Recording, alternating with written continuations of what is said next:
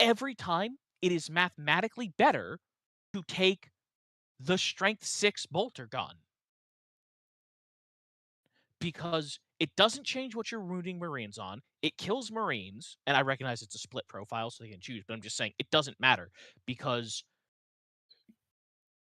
the fact Huh? that the fact that you have one less shot is more than balanced out by the fact that you will basically never drop a wound against T3 model.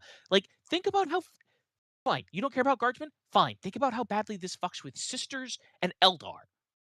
Yes. It screws with them. Again, not denying that. The rule intercessors have is stupid. We don't need to I, go further on that. I think the Yeah, all of power their rules. scaling problem in Warhammer is kind of what keeps me from getting into it.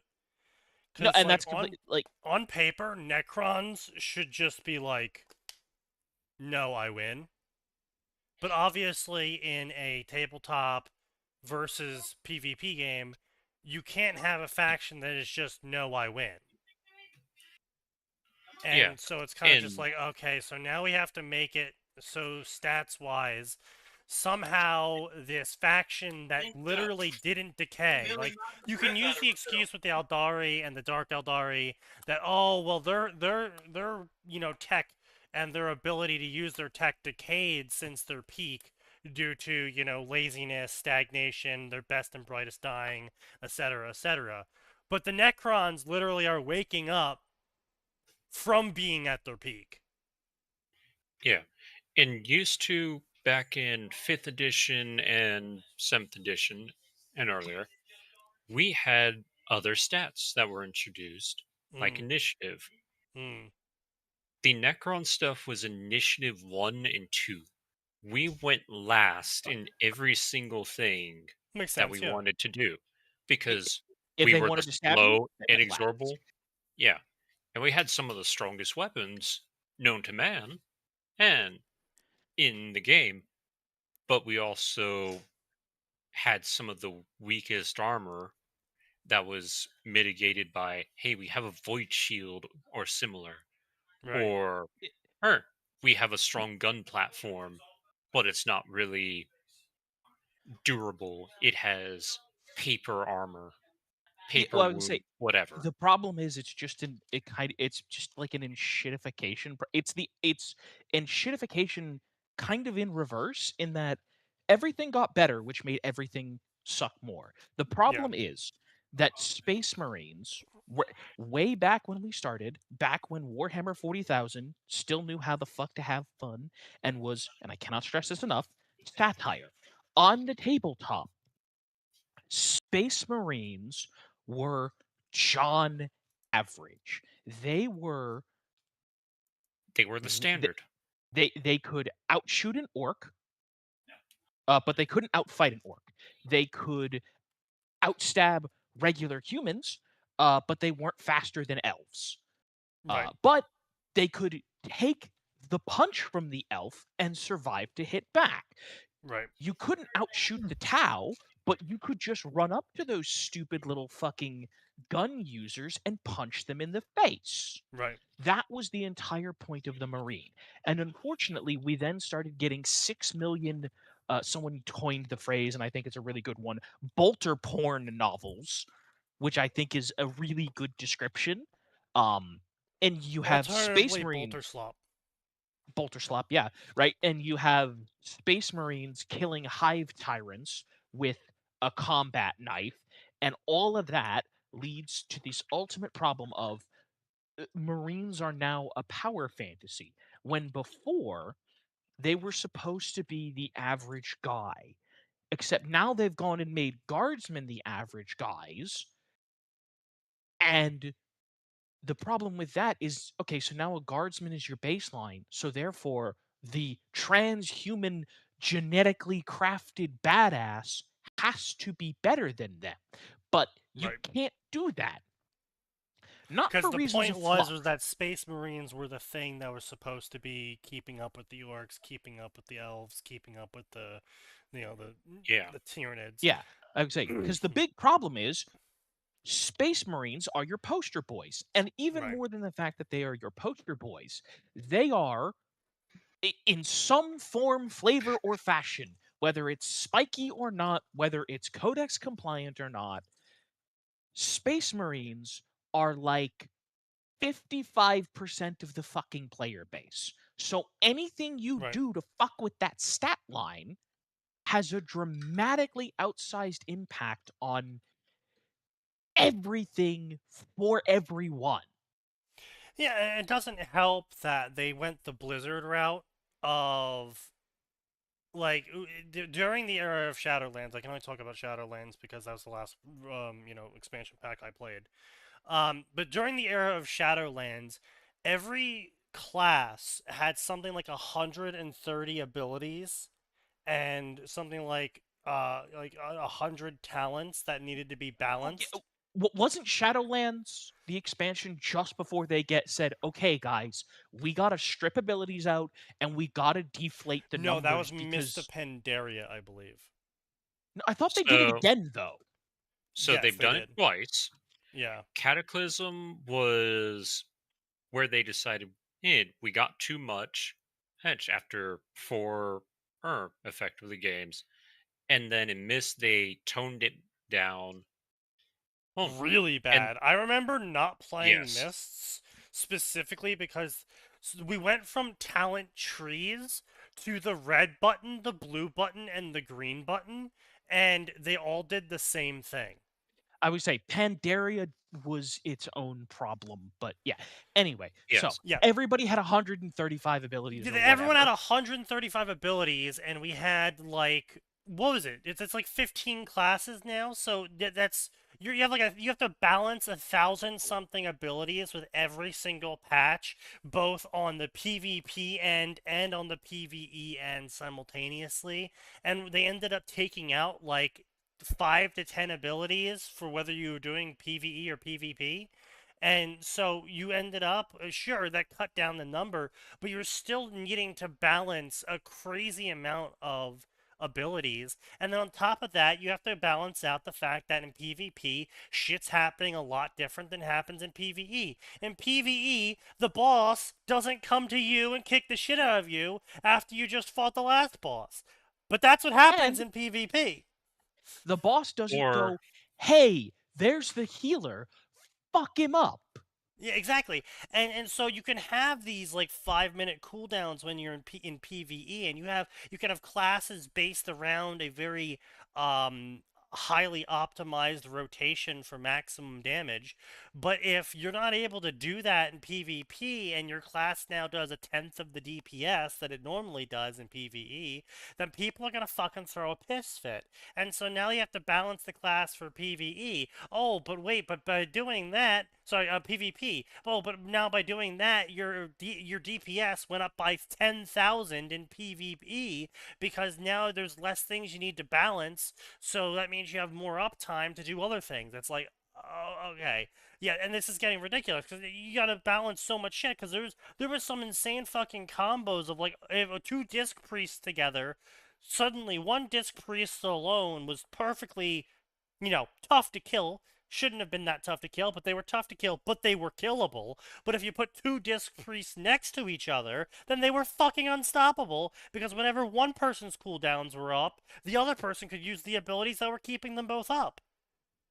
And they just yeah, swapped off who was using the cooldowns, and it was fucking impossible, literally impossible to kill them. There was at one point, because they added in a second talent tree, that the Disc Priest cooldowns, basically you weren't able to kill one Disc Priest in the time span it would take for their death cooldown ability to pop. So basically, when a Disc Priest died in Shadowlands, they became a Spirit Healer for like 30 seconds.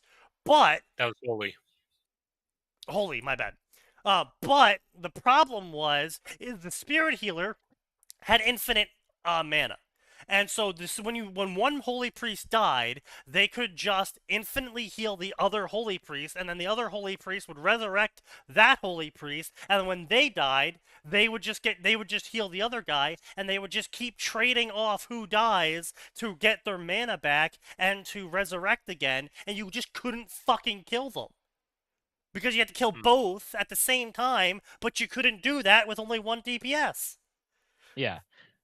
Hell, you can It's do that with 3 DPSs. Yeah, true.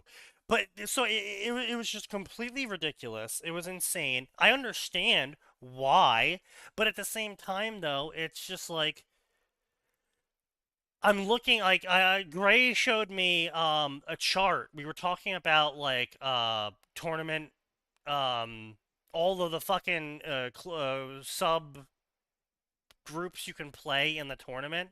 And some of them got super fucking niche. Like there was a fucking thing of like, oh, I'm playing as the assassins of the Imperial Guard. Like there's a specific like rule set for the assassins and shit like that. And like Yep. one person played it at the tournament. Yep. Yeah. And it's just like, okay, so now we have like, 30, 40 something armies we need to balance. Each army has like 10 plus units we need to balance. They all need to have stat sheets that are relative to everyone else's stat sheets that are also relative to the power levels we assign them in the lore. But also Yeah. we can't make the Space Marine faction feel bad about all this balancing because they're half the player based. It, Yeah. Like I want to be clear. Games Workshop has always been shit at balance. But like as I branched out, as I fell deeper and deeper down the strategy game hole, the problem is I still play 40K. Cause it's real fucking easy to find a game of 40K. And 40K Yep. goes through periods where 40K is relatively well balanced and you don't feel like you're punching yourself in the dick by playing the game. And Yeah, then you go sure. through periods where that's just not the case, where if you choose to pick up the game, it's like, cool. Am I running into one of these fucking factions? And if Right. so, I might as well just say, hey, have the Let's go win. grab a beer. Bye. Yeah. Yeah. Which is obviously not fun. But like as I've branched out more and more, I've come to appreciate like the other games out there. And look, Right. I want to be clear. There's plenty of games that fuck it up. I've been meaning to check out the new StarCraft game. I'd love Right. to see how that goes. I can't wait for Poorly, Gundam probably. Assemble to come out in like October, I month? think. I What was we're just saying, yeah, waiting it's like on. 2 months. It's like super soon. Because all the preview stuff I've seen for that, A, Right. indicates it's a slightly faster game, which is beautiful, but B, that they didn't bother trying to go, okay, well, this mobile suit has this power level, and this gun has this power level. No, no, no, no, no, no, no, no, no. They said there's no fucking way we can possibly balance all that shit and make it accurate, so you're going to have a hit roll. And then after you hit, you're going to take everything that hits, and you're going to go roll those dice again. And if you get a 4-up, congratulations, the attack wounds. It doesn't matter if it's a missile or a beam saber or a beam Right. rifle or the giant big fuck off blasty cannon, And it so, wounded. so instead, Otherwise, the models become no. all cosmetic. Right. Well, no, they do. They did give. They have like different abilities on their sheets and different numbers of wound. That's how they got around that. Okay. Okay. But in terms of trying to get like a weapon feel, they're like, no, fuck it. A beam rifle is a beam rifle, a beam rifle, a beam rifle. The beam saber is the beam saber. That's it. Right. There's 7,000 different versions of them. It Okay. does this. Okay. I see. Right. Right? Or if you take a look at something like BattleTech gets around faction problems by simply going, there are no factions. You can pick whatever you want. They do have a set of matched play rules wherein you Tonnage can't rules. mix. Yeah. But that's it. Right. That's it. That's all it is. Barring a split between Inner Sphere and Clan Tech, everybody's large laser is a large laser. Right. If you want the better version of the large laser, well, congratulations, you're paying like 400 points more for it, which is a lot in BattleTech value. But the other thing they did, right? This thing does 10 damage. Okay, what does 10 damage mean? Everybody has the same armor. Right. If it's 75 tons, it doesn't matter if it's Clan or Inner Sphere. This is the maximum possible amount of armor it can have. It will vary by which unit you have and how much points they decided to Right. put into armor. And that's it. But you Right. can't have more than this amount. It's like, cool. That makes it simple and easy to understand. This thing, this is an AC 20. How much damage does it do? 20. Oh, well, it's the fancy clan version. 20. Right. Yeah, yeah, and I mean it's there's a lot of things you have to consider when you're balancing shit, and I mean that's kind of why I took took the similar route with that idea way back when the hero action shooter where every attack was just like nope, if it's against the mook it just kills the mook. No, we're not gonna try and give health bars to every single fucking mook. We're not gonna try and balance the weapon damage. You're a hero. You use your signature hero weapon. The mook dies. Moving on. Um, Yeah. Congratulations. You're the hero and or the villain. You shot the other guy. Is it another player? No? Cool. It McFucking died. yeah, pretty much. It's okay, But so just Dynasty Warriors rules. Yeah. Got it. yeah, Dynasty effectively. Warriors rules. Yep. Yeah. And then the big feature would have been just more mini bosses and bosses, and a scaling system to let you convert any unit into a mini boss or a boss. So basically, yeah, Dynasty Warriors. Honestly, that would work out super well, even as a one-player game, because you could set up a randomized deck That was the shuffle for idea. the map. Yeah, that was the idea. Is you basically I looked at D&D and I looked at Warhammer and I looked at all of these games and I was like, "Damn.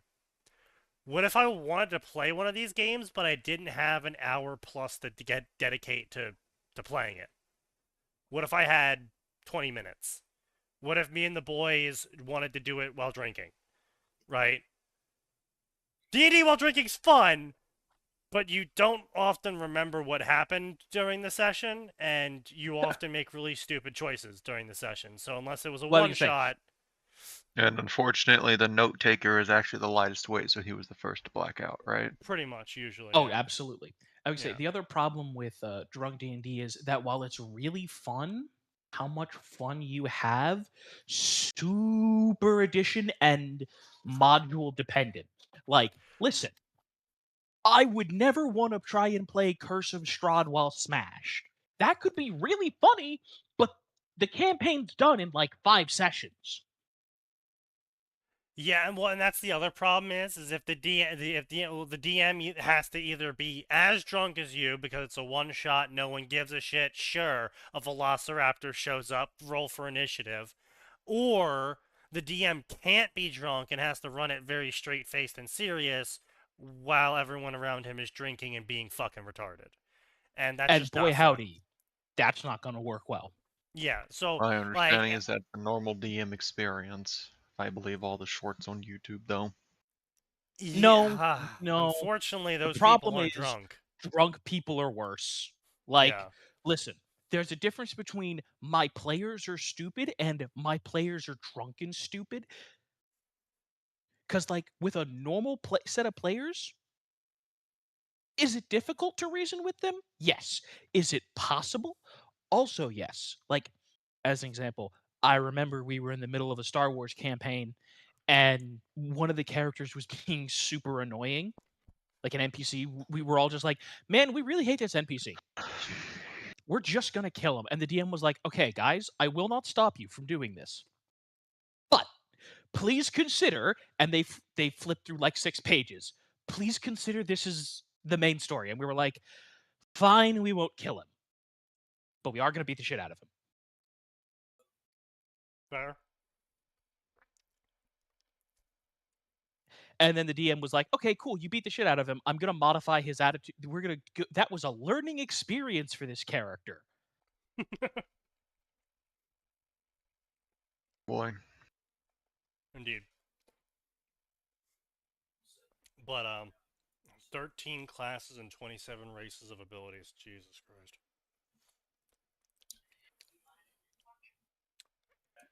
And each class generally had about 30 abilities as of Shadowlands. but that's 30. That's split between your current spec Yeah, and your main and abilities. Yeah. your main abilities, which was about 2-1 split, I want to say. But it also Yeah. depended upon your spec. Yeah. I have never understood why an MMO bothers with racial abilities.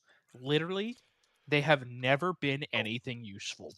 Like, Back I in understand back you in want. So classic, they mattered. Well, yes, that's what I was and about to say. They either they matter a whole fucking lot. it was actually a massive problem back in Classic because you had people that were just flat out better at certain things, which is fine ish until you realize that you're playing an MMO, not an RPG. I mean, I Yeah. understand that it's an RPG, but there's an MMO tag on the front of it. Well, And okay, it's so here's the like, thing. There Taran, being people who are better at certain stuff. When it's you and the boys fucking about in D&D, right. that's fine. Right? Okay. I I picked the elf. I have high dex, high int, low con. Don't go be a fighter. And if you want to play an elf fighter, you can still totally do that. Just know that you're going to be worse. But that's okay if you have a DM who's got more brains than a sack of rocks. They can work around that fact, right? Maybe we'll just tone down the enemy health a little bit, or we'll slightly lower their accuracy so that you have a better chance of surviving. Whatever. That doesn't work when you're in a competitive multiplayer environment, whether Exactly. that's competing against the NPCs or competing against other people. Right. Because regardless of which you're competing against, people will go, oh, you're an elf fighter. That's incredibly suboptimal, and you have less health than the orc tank over there. Yeah, Get the you're fuck you're out of the just gonna party. flat out do 500 less DPS out of 3,000 DPS that you normally do. We're not gonna take you. We need the extra 500 DPS. We're just gonna take a human fighter because they have a higher swordsmanship skill versus everyone else. Period. And it's like, great. So now I can't do my character fantasy because hmm, someone specifically out power crept me in a way that I literally can't compensate for. or the Taran. Taran were the best tanks. They Yeah. had a Oh, God. on-demand stun. They had higher HP than everyone else, Yep. Which again and is a perfectly couple good other for things. power fantasy in an RPG. Not great for an MMORPG where everyone has to deal with the fact that you have an ability that no one else can have, making you thereby just uncomparably better. So it doesn't matter that they're a really good tank. If there's a torrent tank, they're going to get replaced. And it's like, wow, I'm Yeah. having so much fun now. And Yeah, as we mentioned before, adding that shit also makes balancing so Yeah, because much then you got to worse balance it because, all. okay, guys, we gave this ability to all of the. Okay, guys, we're finally giving the tanks a stun. Except, and this is fine because most of the people playing tank don't have a stun. Except, oops, there's the people that are playing Torrents, and now they have two fucking stuns. And suddenly, nobody can do anything against them in a PvP duel because they go stun, shit damage. Oh, you're Yep. waking up? Stun. My other stun. Shit my damage. Hey, look at that. My other stun's just about to come off cooldown just as you're waking up. Bonk. Yep. and the way they got around that, which I'm not going to say is a good or bad, it just was. They made it to where if the same kind of CC was dealt to the a person in PvP, the duration of that got reduced. First, it went half, then it went to a quarter of the initial, and then you got immune to it. So it wasn't, oh, I'm stunned for 24 seconds and I'm dead. It was, I'm stunned for 8, then I'm stunned for 4, then I'm stunned for 2, for a grand total of 14 seconds total, which still is I would say the death. problem is you're still dead. So it didn't Yes. matter. But also, if you tried to go fast and make it to where they don't get any activation, you also just lose your stun on them. Yeah, and I get that, but it's just one of those things where Yes, it's still it bad. it didn't work. Well, I I mean, thought in that general, I thought that stuns um suck. well, yeah, stuns always suck. I would say it, I thought that the Old Republic did it okay in that uh it wasn't there wasn't like a race thing. It was a class buff, Yeah, and Hmm. there was one person on each side that gave out the buff. yeah. Yes. And so that incentivized you to also have a mix of everyone in your party, because this guy gave out 5% health, and this guy gives out 5% mana, and that guy gives out 5% damage mitigation, whatever. But they also recognize that sometimes that's annoying. And one of the things they introduced was that, hey, as a reward for completing your class story, whenever you apply a class buff, you will also apply the class buff of every class you've finished the main story quest for. Which was nice, but it wasn't strictly necessary, because you could get every buff for everybody, no matter whether you were on the Republic Right. or the Empire. Yep. Yeah. No. I mean, it's always going to be complicated trying to balance PvE and PvP. But Unless you completely separate the two, which you can't in these situations, hence, or rather, you can't do it easily because you absolutely could. I You're will not. say, credit to Final Fantasy XIV. Certain classes in PvP have a completely different ability suite. Or, Yes. yeah, if not and a completely sometimes you different just have to ability do that. suite, Yeah. Yeah. I Like, would just say, if not a that's completely probably different the suite, they best have way. certain things removed. Like, okay, this ability would be super problematic in PvP, so you just don't have it. Here's this other thing. Right. Yeah. And Yeah. if you have the people in that line, you just go, okay, suck it up. We're not budging on this. Shuck it up, Yeah. Buttercup. And credit to them again, they haven't. They're like, nope, this ability would suck way too much for everybody else in PvP, and you're not the only person playing PvP. Yeah. Like, if it was a 5-man co-op thing and only co-op, there's no PvP, then yeah, I can understand having every single thing and just letting people run wild. But we don't live in that kind of place with MMOs. Because there always has to be PvP for some stupid reason. Honestly, again, I blame WoW. Like, whether or not we like it, so much of the MMO landscape that exists is because of WoW. And there's a certain set of expectations that people have with MMOs now that, like, Yeah. Yes and no is what I'm going to say. Yoink. Because, yes. I would say I lay the fault at Blizzard's feet, because So, Blizzard was the most successful. so what I'm going to say to that is we can go all the way back to Ultima, where it was full on everything. Thing is PvP, PvE. No distinction between the two. And it went into DOAT. Hey, it went into the other one that goes along with that one. And it kept going. EverQuest. Yes, it kept going. You finally reach WoW. WoW's the same as them.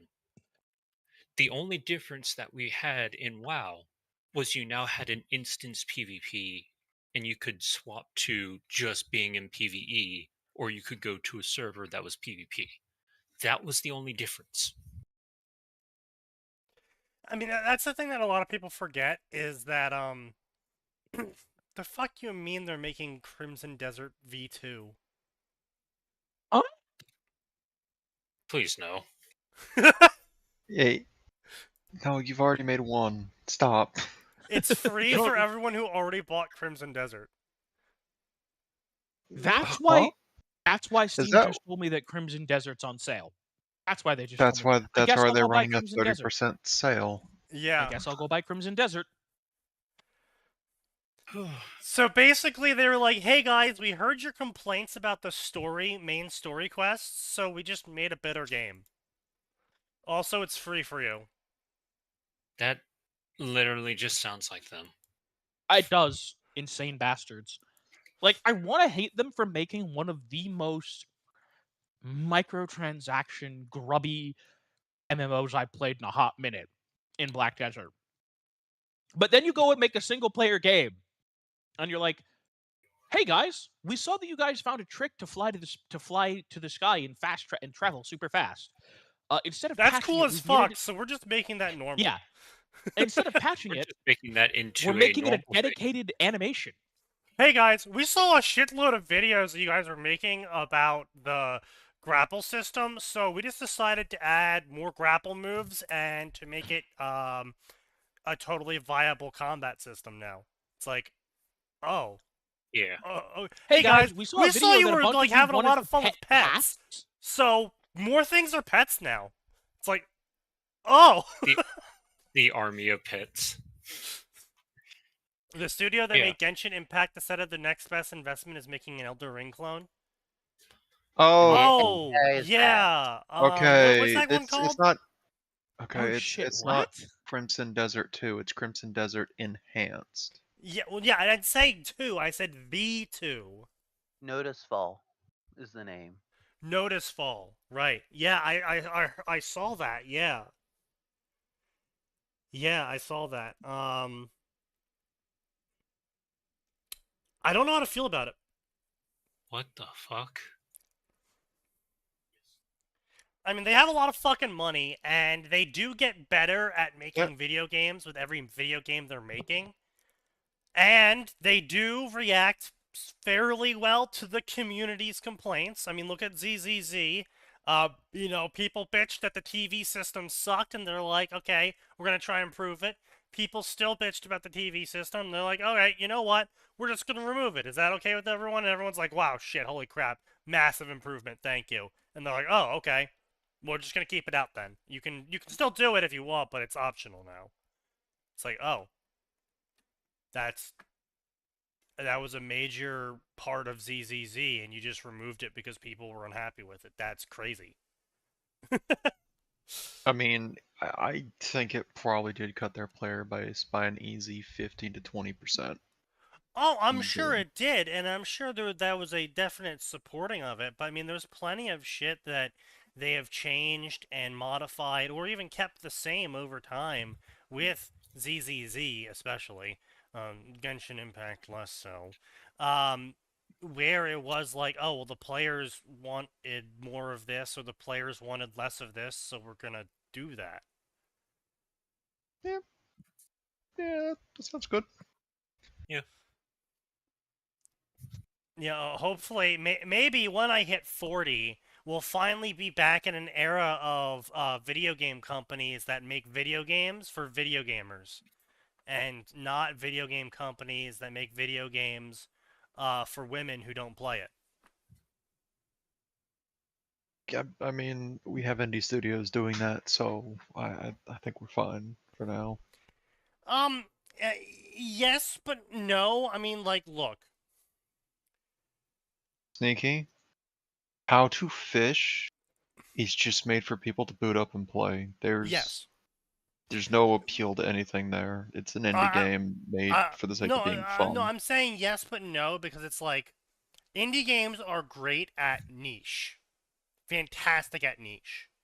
However, I personally recognize there's not a lot of content in niche.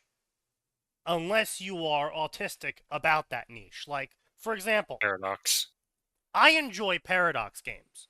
I'm not autistic about Paradox games, but, I mean, if you look at my playtime, I have a significant amount of time in them, but nowhere near what some other people have in them. And same thing for Total Warhammer, or just Total War games in general. I have a fair amount of time in a lot of them, but I'm not autistic about them, and I don't have anywhere near what, like, an autistic person's time frame is.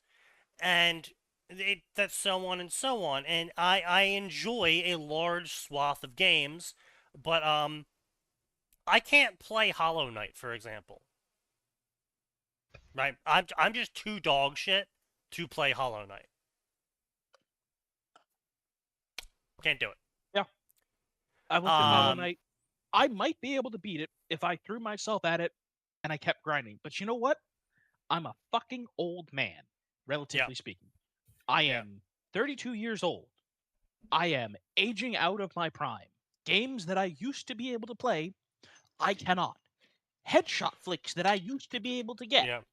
I cannot. Yeah, and not only that though, it's also like I'm working a job. I have, videos I want to watch. I want to keep up with the news. I want to talk to my friends. I want to, hang out with my friends and play some games with my friends. And what that means realistically, or maybe I want to write a story with my friends, right? And realistically, what that means is I have maybe the weekends and maybe 4 hours on Saturday to actually dedicate to grinding my face off in Hollow Knight. And you know what Hollow Knight isn't good at? Small time investment. Having played both it and Silksong, absolutely. Yeah. And so unless I want to spend the time period that I am trying to cool down and relax in, grinding my face off and sweating hard in a video game genre that I wasn't even good at back in my prime, to be clear. I'm definitely not good at it now. I saw the fucking volcano section that you had to do in Silksong, and I was just like, I couldn't do that. I could barely do it in the original Hollow Knight, and I didn't have a death floor. I mean, Yeah, I'm going to that disagree was- with your statement of yes and no, though, even with this explanation, because at the end they are making games for the sake of having fun. Oh, Just no, because it's a niche they you don't absolutely like are. doesn't And that's why I'm saying yes, but diminish no, that. in where I I want a I game. disagree with the no.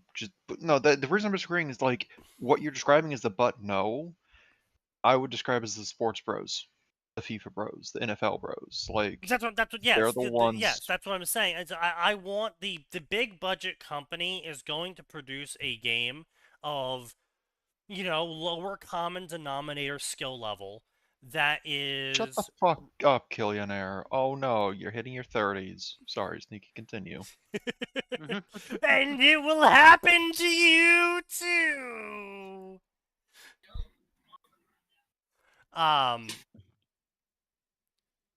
Oh, is that their new game that they're ripping off? That's just straight up a rip off of Elden Yeah. Ring. By the way, that's Godfrey with less aura.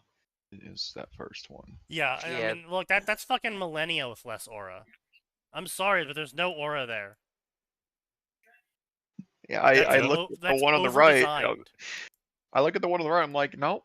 The 3/4 naked woman will still kick the shit out of me for the next 6 hours of my life. I'm not looking forward there's to just that. holy shit. Yeah. You creatively bankrupt fucking losers. From what someone on a server said, Hoyo's AI division is hard at work on this. True. Like, look, I want to be clear. I don't have a problem when someone is inspired by something, right? Oh yeah, like, obviously, yeah. But there is a line between inspired by and theft and copy pasting. Yeah. Look, I don't normally support companies going after things because they look like somebody else made something that looks like their thing. But like, you know what? Go ahead, swing the lawsuit bat on this okay, one. I'm gonna be really side tangent real quick. I'm not sure why people are surprised Hoyo, first of all people, are fucking copy pasting other people's games. I mean, we all knew Genshin Impact when it first released was literally just Breath of the Wild. Yeah. Oh yeah. And let's not forget. It's been interesting for tracing shit a fair bit. Yeah. as well as been reusing it's design. been interesting watching like, oh, Wuthering Waves released a banger character, and 3 months later we get a character that looks kind of similar in some Hoyo games now. It's like, Yeah. Yes. What was it? wonder what that's about, guys. Remiel. One of my friends said her attack animation looked very similar to Ameth, who came out like Her a month beforehand. design is eerily close as well. True. Yeah, I'd this say it's just different in. enough, but Company yeah. famous for stealing shit steals more shit. Yeah, it's like I'm not even surprised that like I'll have a laugh at Stop the making fun of presses. it. Anyway, to finish the point, my point is Yeah. that I would like the bigger budget companies. I would like the next BioWare to occur. Effectively, is what I'm saying. Is I want No, a lower skill required company where I can sit back, have fun, whether it's a single player or multiplayer, and I want it to last several hundred hours without me needing to be autistic about it. Like I don't want for me to be an hour 800 and I'm like, all right, guys. So for this, really, just another run. This time I'm gonna do it blindfolded with bananas. This is how I'm gonna make my runs different of this one small indie game. It's like look, if you want to do that, I'm not knocking you. I am saying, however, I don't want to do that, and a company that is more than 5 dudes is capable of producing more content that I can do. Guess what? I don't want the big companies to do that, at least in the West, because it's just going to start another cycle of garbage with shareholders opening their mouths about shit they don't understand. Oh yeah, no, but I mean I'm talking about like FPS games. I want a non-slop FPS game. I want a non-slop RPG game. I want to be reduced to slop. Like I would like to be able to go to the buffet and actually have real food at the buffet. Unfortunately, all they're serving at the FPS buffet is slop these days. Yeah. Well, Not even no, soup, it's slop. That's It's like a slop. rubbery mass, and you like have to pull it out with the ladle, and it kind of like pulls okay. half the mass I need out. to I need a clarification. How are you to what? Can you define what you mean by FPS in this case? Because there are a fuck ton of Battlefield boomer 3. shooters that have been releasing.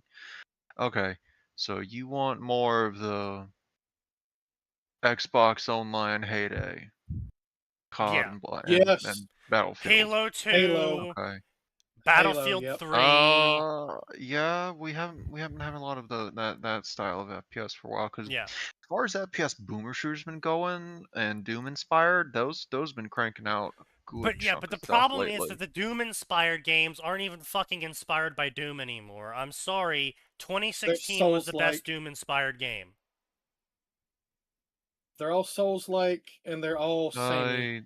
No, I'm fine with I'm fine. Look, I'm fine with Souls-like. My problem is that Eternals wasn't 2016. Dark Ages isn't 2016. Doom Eternal was look. It was a fun game. It was too much for me. It was too Sneaky, much. I'm talking indie FPSs that are inspired by the original Doom and are some of them making stuff like on the original Doom engine. Oh yeah, like Bolt, the Warhammer one. Bolt Action. Not Bolt like Action, Bolton. whatever, yeah. Oh no, yeah, it's Bolt Gun. Gun. It is Bolt Bolt Action Gun. is a different game. Yeah. But like other things like Sulaco, which I've heard mixed things on. There's something called like Phantom Fury that just dropped a year and a half ago, I think. For what it's worth. Right, like I said, that's what I'm saying is that like I'm seeing so many games. Like I'll go on Steam, right? I'll go into the discovery queue, and I'll be like, oh, click, it's slop game.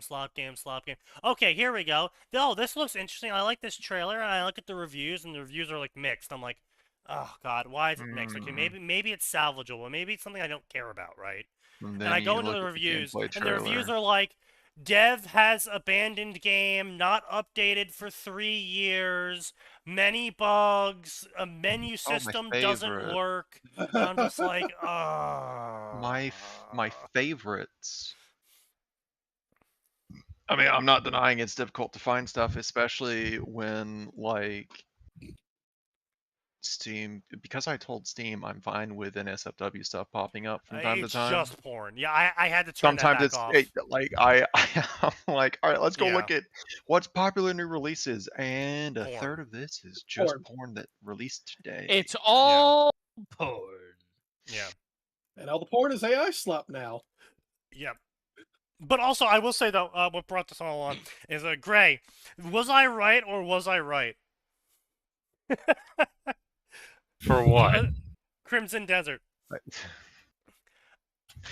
I didn't look further. Months ago, I was talking with Gray when we were writing, and I was telling him about how I didn't want to start playing Crimson Desert because they are constantly coming out with more updates, making the game better, and I didn't want to, like, I didn't want to burn out because it's a single player game, obviously. When you know, as much as I loved, Kingdom Come Deliverance 2, I put 400 fucking hours in the game. Yeah, As much as I loved that game, I don't tend to replay single player games. Yeah, no, I know you. When you finally buy Crimson Desert, you're going to sink about 500 hours in, and you're going to wonder why I look at you like an insane person when I'm like, Sneaky, you bought it 2 days ago. How do you have 60 hours in it? That's physically impossible. I mean, Atten remembers, XCOM Enemy Unknown comes out. Sneaky, Oh, have you gone to sleep? No. Sneaky, how many hours in XCOM Enemy Unknown do you have? 44. Sneaky, it came out 48 hours ago. I know, I skipped class. Yeah. God damn. That's. Would you believe me if I said that's not the first time he's done that with a game in the last 15 years? absolutely. By the way, Yes. That's legit. I think there was one. I was like, Sneaky, you've been playing this since before the release because he used a VPN to get something unlocked a day early. Yes, I remember that. He already had Fallout like 4. he already had like you had almost a full like 24 hours in. Yeah. Halfway through launch day. Yeah. It's like Sneaky, please go to sleep. Also, I'm sorry, real quick, completely unrelated. Max, the backpack for the real grade Gundam, for the real grade ground type, it slides out. Amazing. But yes, Nice. I was telling Gray a long time ago, it's like I just kind of want to let Crimson Desert sit there until the devs go, okay, we're done improving the game, and so I can then experience the ultimate form of the game. I'd also like for them to rip Nuvo out. That'd be great. Yeah, that's really it. like them to fix the menus and make it, not like an MMO that's actually well. From what I hear is every single time they update the game, the menus do improve. From what I hear. Yep. So it is an MMO that was turned into a single player game. Yeah, that's the problem. All the systems that are in there are from the MMO. It's like my problem with Kingdoms of Amalur is there's a lot of moments in Kingdoms of Amalur where you can just feel viscerally the MMO moment. Where you're why is this doing this? Oh, because I would say probably a third of the quest lines, specifically with the elves, were just it's MMO like, moment. Yeah. It's just like, oh boy, this is supposed to be an MMO. Yeah. And boy, can I feel it. Yeah, you can just feel it, viscerally feel the moment. By the way, I'm gonna hit. I don't know how many people are gonna get hit by this, but hopefully this H-bomb works. Sanctum is on sale for $2 right now. Sanctum. For the tower defense game from 2011. I didn't play tower defense games. So I think I've seen it in the Steam store, but I've never played it. Do I own Sanctum? Do I remember? I think you're on the list of people who own it. I feel like I remember Sanctum, but shit, Sanctum. There he goes. Oh fuck yeah! All 1 hour I played of that game with Rob, and then we never played it ever again.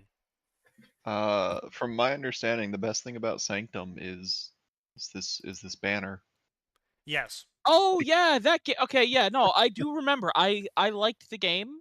Like it was fun. Yeah. But obviously you gotta play it with It's friends. it's also Yeah. one of the few games that still offers a 4-pack on Steam. Yeah. Damn, that's crazy. Yeah, those were one of those games that I bought because Rob said it was a great, amazing game, and he's gonna play it a shit ton. And then we played one single game, and then he never talked to me again about it. I was like, okay. Did I see the Ah. clip of the new shooter game where some guy got banned for saying slurs, and the devs unbanned him for saying slurs because slurs are not a problem in their game? Yeah, that's Oh yeah. yeah, that. Based. Wasn't that posted? Yes. Yeah, it got in posted a bunch of server? places. Yeah.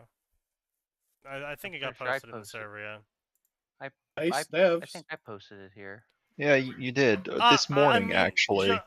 I mean, I've always maintained that in general, Oh yeah.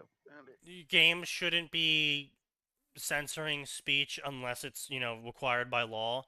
But, I mean, especially for FPS, like, again, separation there is caveat, kid games. I can totally understand why a game that Mhm. has a heavy child involvement, Sure. you're not allowed to get speech with them. Totally get that. Yeah. But FPS games, I'm sorry, it's just like FPS, like no matter what, just kind of needs like a carve out. Like even if we installed hate speech laws, which I don't agree with, but Yeah. even if we installed hate speech laws, I think FPS still deserve a carve out in them. Because it's just like, I'm sorry, here I am with a gun shooting another guy who's shooting at me with a gun. My adrenaline's pumping. I'm going to probably shout shit that I wouldn't shout under any other circumstances besides this sort of moment. Yeah, it's just not the same if you can't get a little shit talk in too. Okay. Yeah. I will say there's a difference between shit talk and, slurs. Like, Oh no. there can be a difference between. I'm from the old school of you go Sign? into this lobby Sign. knowing what you're Sign. getting. Shut up. Okay? I grew up in Halo and COD lobbies, brother. Like, yeah, I'm just not offended that was by alive it, right? and well. Like, look, if Yes. someone slurs at me, I'm just gonna fucking laugh at them. Like that doesn't insult me at all. I mean, Sure, generally but speaking as well. If Counterpoint, someone's, those slurs aren't slurs to you. It's sure, a word. but if they tried to make a slur for whatever, or if they tried to make a slur for my social class, my economic class, my racial class, I still would generally laugh at them. Because it's just a fucking word. Yeah, I generally I don't really give a shit what people say to me, unless it's a lie. And then I give a shit what people say to me if they're accusing me of saying it. Because now they're, slandering me. But that's different, right? But if someone's going to be like, "Oh man, you suck at shooting," I'd be like, I mean, I am 1 in 10, so that is Well, kind of implied. Get out of that. I would say, yeah. But, like, again, that's a whole different thing, right? You being bad at shooting and them going, "You suck," is different from. Because, look, God, I hate saying these words. However, most of the people in this chat are not part of a group for which those words were ever a problem. Like, yesn't. I'm not saying we are. What I'm saying is that words are only a problem if you make them a problem for yourself.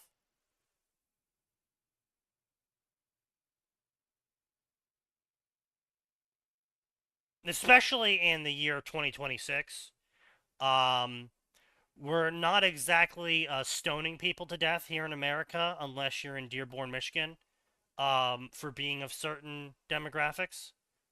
Nobody in America. It's like someone announcing that you are this slur or that slur isn't gonna put like a red flag on you. You're not gonna get marked on the mini map for everyone to go get killed. Typically, I'm actually, considering a lot of things these days, you mark yourself on the mini map to go get killed in certain games, but that's not the point. The point being is that, generally speaking, I think if you're getting upset over a bunch of words that some random stranger is saying to you online over the internet, you kind of have to reevaluate your life. Now, obviously, if someone is saying, "Oh, I think you raped that girl" to you over the internet, I mean, it's perfectly understandable that you're getting a little bit heated on that one, because that's a little bit different than name calling you. That's again at criminal accusations. I think criminal accusations are a fair enough carve out of things to be upset about. The people are accusing you of. And there are certain slurs that fall under that, like calling somebody a fucking pedo, and you've got nothing to go off of. It's like, no, that's just fucking slander. Eat shit. Yeah, I mean, like if I'm doing garbage in like a COD game and someone's like, "Oh, you a kitty toucher," I'll just be like, "No." Blocked. Ignored. Yeah. What I what say, is that's the one of those correlation ones- there? Yeah, that's gonna be one of those ones where, games. yeah, I'm gonna go. You projecting there, sir? I need to see your computer. I'm not sure why that's your jump to. I would like to see your computer. But yeah, I mean, but generally speaking, anything that anyone could say to me, online when I'm playing a video game with them and I'm either doing good and I'm beating their ass or I'm doing bad and they're beating my ass, anything they could say to me over text or mic, I would just kind of be like, haha, Lamau. Sure, buddy. Like, it's some fucking random stranger that I'm playing a video game with. I don't really give a shit what they say. Hit them with the old "no you." Yeah. Yeah, it's just, yeah. Oh, wow, his emblem is, says death to white people. Oh, no. Ah, man, I'm gonna get so heated over that now. I feel so oppressed. Like, even if I was living in South Africa, I'd be like, oh, wow. Some dude with a death to white people emblem. Ah, man, I'm really harmed by this random person online. Yeah, having a pretty death sure to white people Throat deals with emblem. that every day when he's back home. Exactly, yeah. It's just, like, I'm sorry, but like... Now, if they're gonna sit there and scream, death to white people, death to white people, death to white people, I would probably be like, wow, that's cool, buddy, and then I would search for a mute button. Pretty much. But again, I'm not gonna sit there and, like, get into a screaming match with him, or just start, dropping hard R's or some dumb shit that I've seen people do. I personally just cannot understand people getting super heated.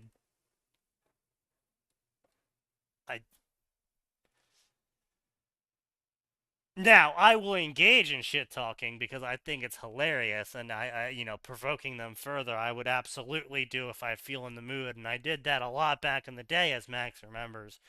But, actually getting offended over what some random person is shouting at me over the internet during a video game. I just don't. Yeah.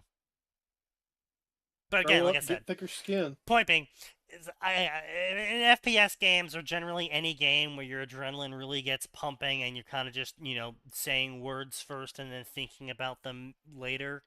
Same sort of hazy mindset you can get into if you were drinking or doing other sorts of drugs. Because adrenaline is a drug. It's a drug. It is in fact a stimulant. Oh yeah.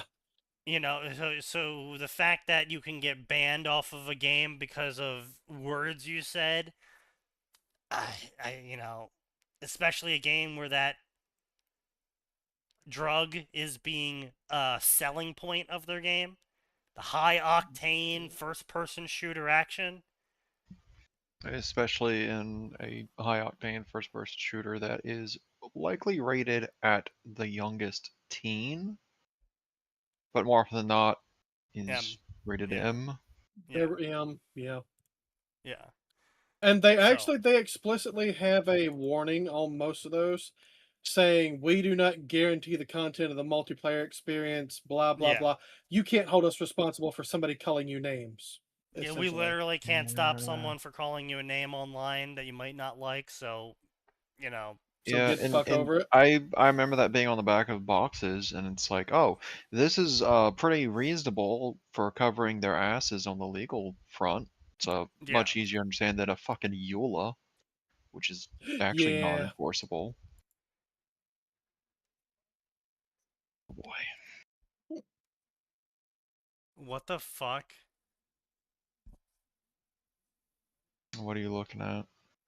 Gray sent bar after bar. Oh, Oh, yeah. I saw that. What? Looks like a pain. Yeah, I don't know. It looks like the kind of game that we would boot up, and then somebody gets focused down with just getting slammed with the trunk vision there. Yeah. I think this is one of those games that if I was 14 years younger, I would absolutely be down for playing. But I'm not 14 years younger. You're getting old man. Yeah, we covered that already. Yes, but it's like, I mean, like, I played this, like, not the drinking part, but I played this game, and I'm sure everyone who owned Halo 3 back in the day played this game with the warthogs and this, you know, the storage crates stacked on top of each other, and you're all racing up the fucking stack of storage crates as the whole thing is being physics disabled, and you're trying to be the last one on the storage crates who gets the top. You know, some guy's got a fucking rocket launcher and he's shooting rockets at you. Yeah, or you're trying to go downhill and they're just spawning crap at the top and letting physics blow it up and try to take you out. Right, I mean, like, we've all played those Halo 3 games. I mean, half of these fucking niche indie games are literally just whatever the fuck we were doing on Halo 3 those back in the day. So I'm not shitting on it, but I am just saying I'm not the same age I was back when I played Halo 3. This is Joe's Mongoose race. Yeah. Yeah, like if I was 32 when Halo 3 came out, I probably would not have played that many custom games, I'm going to be honest. I probably would have played a lot more just the normal arena shooter. Wait, what year did Halo 3 come out? What year did Halo 3 come out? Bro, it came out in 2008. What year is this? 2026. 18 He's years ago. trying to lose all the Oh god, that was 18 years ago. Yes. I was 22. I don't believe he is. Sorry, my bad. It came out, technically, it came out nearly in 2008. It came out September of 2007.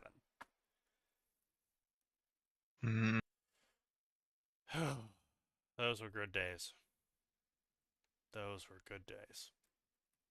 Young, full of energy, all the time in the world to waste. Before the rise of slop games. No, not before there was plenty of slop games back then. Oh, dude, there were so many slop games. Bro, Xbox Live Indies, baby. Yeah, I mean, not just Xbox Live Indies, but just so many of the games that came out at that time, like, it was brown slop. We had a phrase for it. We had brown slop. Before it got so bad, and yeah, I remember the brown slop. Everything had that brown patina on it. But, my man, every time there's been video games have always been full of slop. The whole reason we had a game crash for the original systems was literally slop. In slopification. Like, slop has always been a part of the gaming industry. That's just how it is. Like, the what is it? The 200,000 ET cartridges buried in a fucking landfill in a cement grave in Arizona, I think it is, or New Mexico. Wherever they dug it back up at. Yeah, I had hoped that it would get better over time, you know? but that's just And the it. slop producers would die off. They They didn't. do. That's just it. No, They do. son, that's They keep coming no, they back. don't die off, they get replaced. It's the problem with creative spaces. For every one good thing you've got, there's a couple mediocre things and then a fuck ton of bad things. Consistently. You got the stuff that brings the bell curve up, you got the stuff that sits at the very middle of the bell curve, and you got the shit that just drags it down, and the stuff that drags it down is I was like, numerous. but that's just it, And right? then you The got the things stuff that that makes the bell curve. true. Mm. Like I say, but see, the thing that's important to me is people don't remember what the fucking 783rd piece of fucking fuck ass brown slop was from the 2000s. We remember Halo. Halo was good. Yeah. Halo was great. But that's just it, right? Well, I want to be like, even the original Halo had some real fucking weak ass moments, and I say that as someone who likes Halo. Sure. Hey. Okay. Okay. It just kind of sounded like a distress call. What? Gray's mom thought he was in trouble. Oh. But yeah, so point being though is that a lot of things have changed. Gaming has changed. We're getting old. Maggie the Corgi let out a battle cry.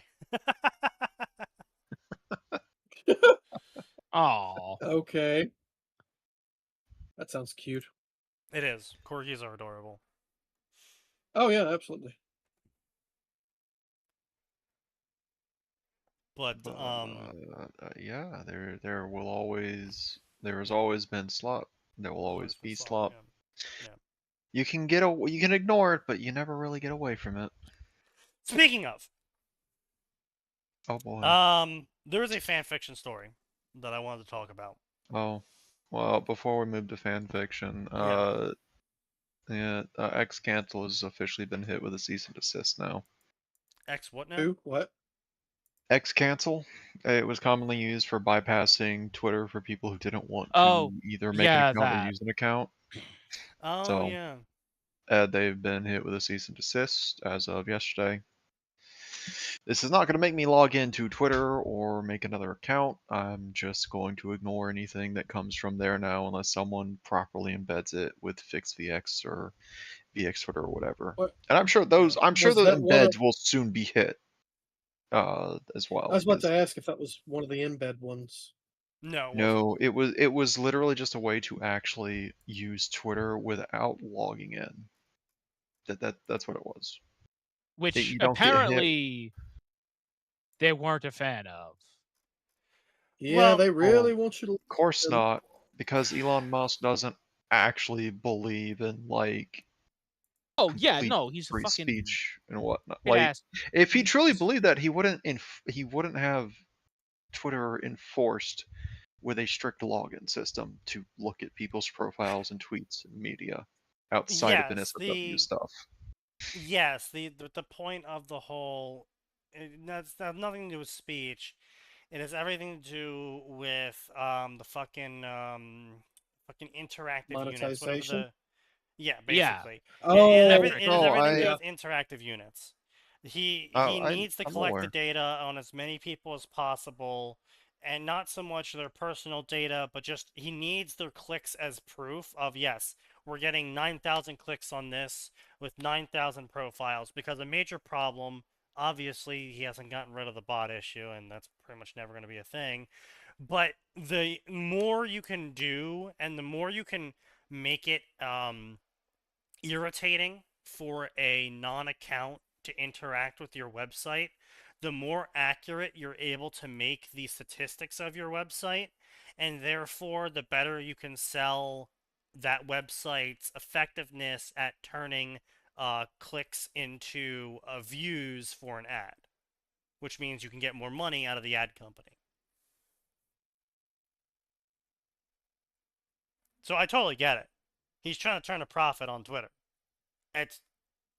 I don't blame him. I mean, yeah, he bought it. He needs to have it He profit. can make the money if he wants. I'm just always going to scoff at people who will claim one thing and then use their platform or publishing in a way that doesn't conform to what they claim they believe in. He has declared himself a free speech absolutist in the past. Yes, Which absolutely. means free, which mean but that free that will speech that absolutist doesn't mean you're Doesn't allowed to mean- be anonymous. It just means your people aren't Yeah. allowed to retaliate against you for what you say. The problem is that These for are not me the that goes same. that tends to go hand in hand with access to knowledge and whatnot as well, and locking knowledge Yeah. behind an account is not unfettered access to knowledge. But it is Well, an no, I was unfettered just That's my access. there's a issue. much But there's a Max, much you can bigger make an and account easier. called, Daisy Chugger 99, and all you do is interact with Twitter on it, and you don't No, tweet that's anything. not You don't unfettered favorite access. anything. That That is That's unfettered. not unfettered No, access. okay. No, it's Even not. if you If I ign- have okay, to make an so- account, regardless of how anonymous the account can be, that is not unfettered access. There is still Yeah, a wall between me and the knowledge. they got so many ways to track you now too. You heard about what was going on with Yeah, I would say A, they have a million ways to track the you, but art B, shop? even if you ignore Yeah, that, and that's why I block all that shit. Yeah, normies can't. Yeah, I don't give a shit about normies. okay, but Normies are A, subhuman. True. you're running out of the ability to stop them from tracking you. Like, That's patently false. Until the day where they literally block me from accessing the website unless they're allowed to track me, that's when I'll just stop using the website. I mean, they're And if I already trying to do that. And if with I can't people use doing the ad block. internet without them tracking me, I guess I'm just not going to use the internet then. but you have a phone. Sure. Yeah, you are smartphone, carrying right? a tracking device everywhere. Yeah, Like- and I have GPS turned off, This- Bluetooth turned off, Wi-Fi turned off. Have it on, He thinks that matters. Yeah, I'm aware it doesn't matter on a normal phone, bitch. But I use Graphite OS, sucker. Oh, congratulations! No, the Sneaky, feds will you be don't know knocking about on the your door shortly underlayer? about that one. Yeah, I know. Wait, no, hang on. You don't know about the hardware underlayer on those? So your phone has two operating systems, the visible one that you interact with, and then the hardware level one that you can't interact with, but the cell phone towers and such do. So while the software says on the software side you've turned it off, on the hardware it's side, not software. No, no. I've replaced the firmware too. I'm not talking about firmware. There's a chipset layer on this. It's not firmware. Let me look it up. Give me a minute. Sure. It used to be a I would big like some thing everybody sources, fucking knew Senator. about. Even if this is true, Sneaky's phone's probably old enough to not actually. Well, no, I actually did get a new one. They've been recently. doing that since the early 2000s. Like it was a big thing back in the day. Yeah, and either way, I mean, again, it's not like I am quite literally broadcasting my opinions on a fucking podcast sign. I'm not afraid of people knowing what I think. You say that until they use it to blackball you. They're gonna use it to blackball me. I know they're gonna use it to blackball me. If I was afraid of them using what I said to blackball me, I wouldn't be running a fucking podcast that's going against the common consensus of fanfiction. You know, that thing that people have been killed over. I'm sorry, what?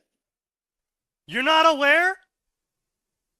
When was this? Okay, are we referring to actual murders, or are we referring to people who've been pushed to suicide? I'm talking I about think he means murder. Mostly people pushed to suicide, but I'm sure there's been at least one or two murders over fucking fanfiction before. Suicide it's Suicide's a lot more visible, you're which is not why we know responsible about them. for somebody's. Oh, I know. It's just saying people suicide. have been killed over something, including suicide, and that is like a little disingenuous to conflate those two together. I mean, sure, but that's how they record statistics all the time with gun deaths. That doesn't mean we should do that. True. Also, does. like again, I've called told people that's stupid. You can't conflate those two. That's not how that works. I know. But I mean, but the problem is really at the end of the day is, well, actually, no, hold on. There was one murder over fan fiction. Well, there had to have been at least one. Really? I I was saying, just no, there's wanted you definitely No, been no, at clarify. like least one publicized murder, the Slender Man murder. Remember? Oh shit! Yeah, That was that was that? ages ago. fanfiction. That was the creepypasta. Yeah. That's No, fan no, no. fiction. That is fan fiction. No, Creepypasta creepypastas. is a form of fan fiction. Come on. No, that depends Okay, it's a form entirely of. on what the I'm Okay, sorry. creepypasta is yeah, I would from. say first I'm of sorry. all, Sometimes It's a it's form of original fiction. Yep. Okay, no, Sometimes it's fan okay, fiction. no, Sometimes it's fan. it was Drowned- clearly okay. fan fiction Drowned- because Drowned the whole Ben thing, would. the murder occurred specifically because a group of girls created a fan fiction cult around Slender Man, the original Slender Man fiction, and they created basically their own personal cult Bible, which is fan fiction, of the Slender Man stuff. Convinced themselves that if they murdered another girl, that would make Slender Man appear before them, so they went and killed someone. That wasn't fan. That's I would say- you are stretching and you know it. I would say No, that's that not is fan fan fiction. fiction. That's That a is cult. fan That's fiction. just a cult. No, that's That just is a cult. fan fiction. We have a word for it. It's Fanatical just a cult. fiction. No, that's a stretch. I Fanatical know exactly what fiction. story No. you're talking about. No, you're stretching the definition. Yes. Fan I comes love- from fanatic. Yes, comes from. It is also no Yes, longer it's a used in that diminutive. It's a context because- diminutive of fanatic. Have you seen Philly fans? You cannot tell me they call themselves the Fanatics. What is bro waffling Okay, A, Philadelphia isn't real. You bought into a psyop. about? He is right on one thing. Eagles fans need to be shot. I mean, I'm not disagreeing on that one. I don't think anyone will disagree on that one.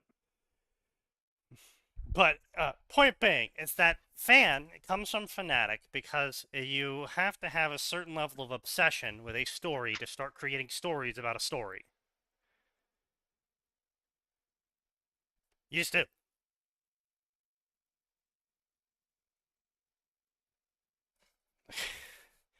Love or hate, you have to have a certain level of obsession with the story to start creating stories about it.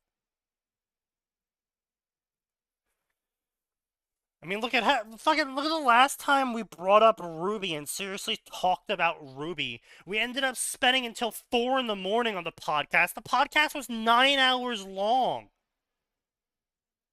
Yeah, we kept trying to stop it, and certain people wouldn't shut the Certain fuck up. people were fanatical, Max.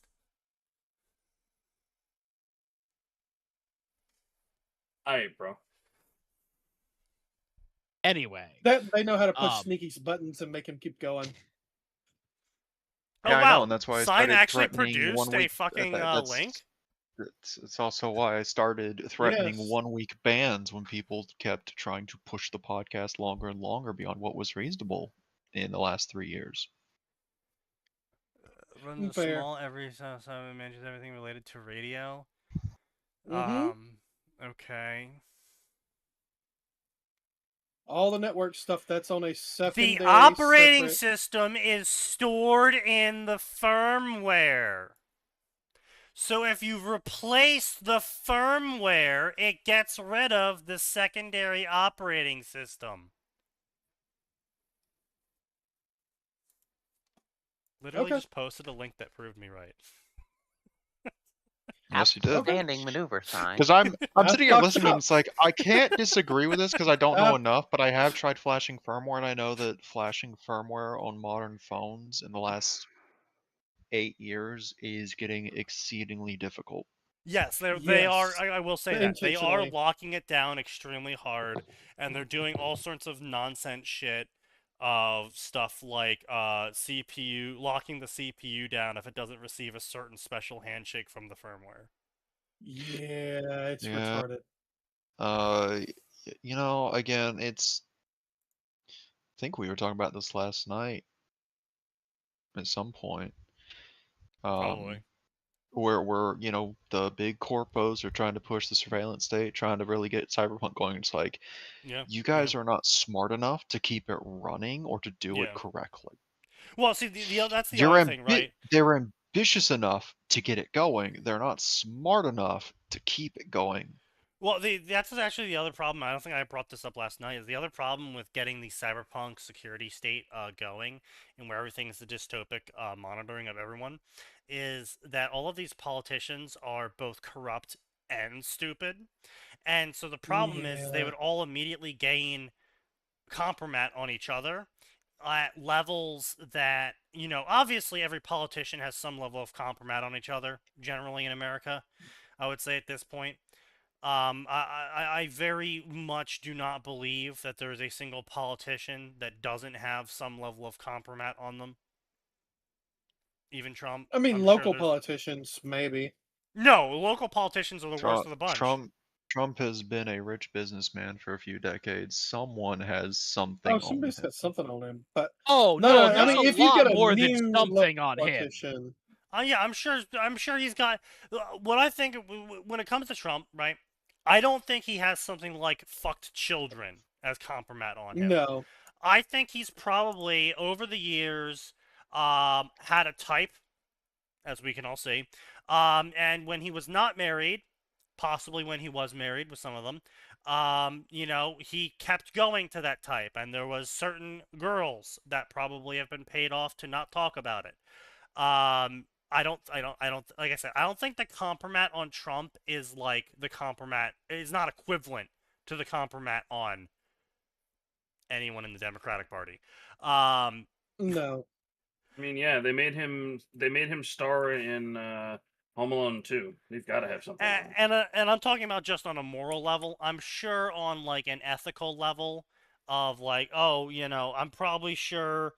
I'm nearly 100% certain that he has plenty of compromat involving stuff like doing some levels of fraud in terms He's done of some tax dodging. Yeah, tax dodging. No, not like, let's be paying clear. workers, He's done a not paying shitload out of contracts. tax dodging, a shitload of not paying Right. But out the real problem contracts. is that if you came out and were like, I'm going to reveal to the world, Trump, that you're not paying taxes, half the people in Yeah, America would go, well. oh, based. Yeah, right. Well, A, Yeah. Taxes are theft, B, base. it doesn't matter if someone comes out and does that because we already had this whole thing called the Panama Papers. Yeah. Like, people forgot where it's like, yeah, Oh, God, we the know for Panama a fact that Papers. everyone who's rich is not paying their fair share of taxes. Mhm. Like, Yeah. and I want Yeah. to be clear. When I say that, I mean they're not paying the amounts that they are legally supposed to be paying. It's all being hidden Well, by no, like no, four no, no, no, no, companies no, in the hold on Cayman now, hold fucking on now. Islands. No, Adam, they are technically paying the legal amounts they're supposed to be paying because they they're are using those legally loopholes. doing loopholes that they're all using Okay, to sorry, not let me pay phrase those that. amounts. There's two parts of those papers. They're not There's, paying hey, the amount of money they they're should not be paying ethically the amounts paying. they should be, and they're hiding it. But then on top of that, they're also doing illegal stuff to make that number to not pay even the smaller number they are technically supposed to be paying. Yes. So let me be clear on that. Yes. There were two yeah. parts to that paper. One Yeah. was, here's all the loopholes they're using to make their number way smaller I than it mean, ought some to of them be. are fucking just completely obvious. Like Hillary Clinton has a donation foundation where all of her money runs through, so technically she's not earning any of it. Yeah. And then she gives herself a salary of like $10,000 a year, so she doesn't even pay taxes on that. And then she buys then everything through the foundation Yeah, and as claims a it as business business expense. Yeah. Yeah, and it's all business expenses. Or it's like the fact that if you look at Zuckerberg and Musk and Gates and Bezos, those guys never buy anything. They never use their own money to buy anything because they don't actually have money. They just have 60 bajillion shares in their respective company, which is worth XD bajillion dollars. And so Yeah, they they can trade go to the shares. bank and go, I possess assets worth XD bajillion dollars. Give me, and I want to buy a yacht, but I don't want to buy the yacht with my money.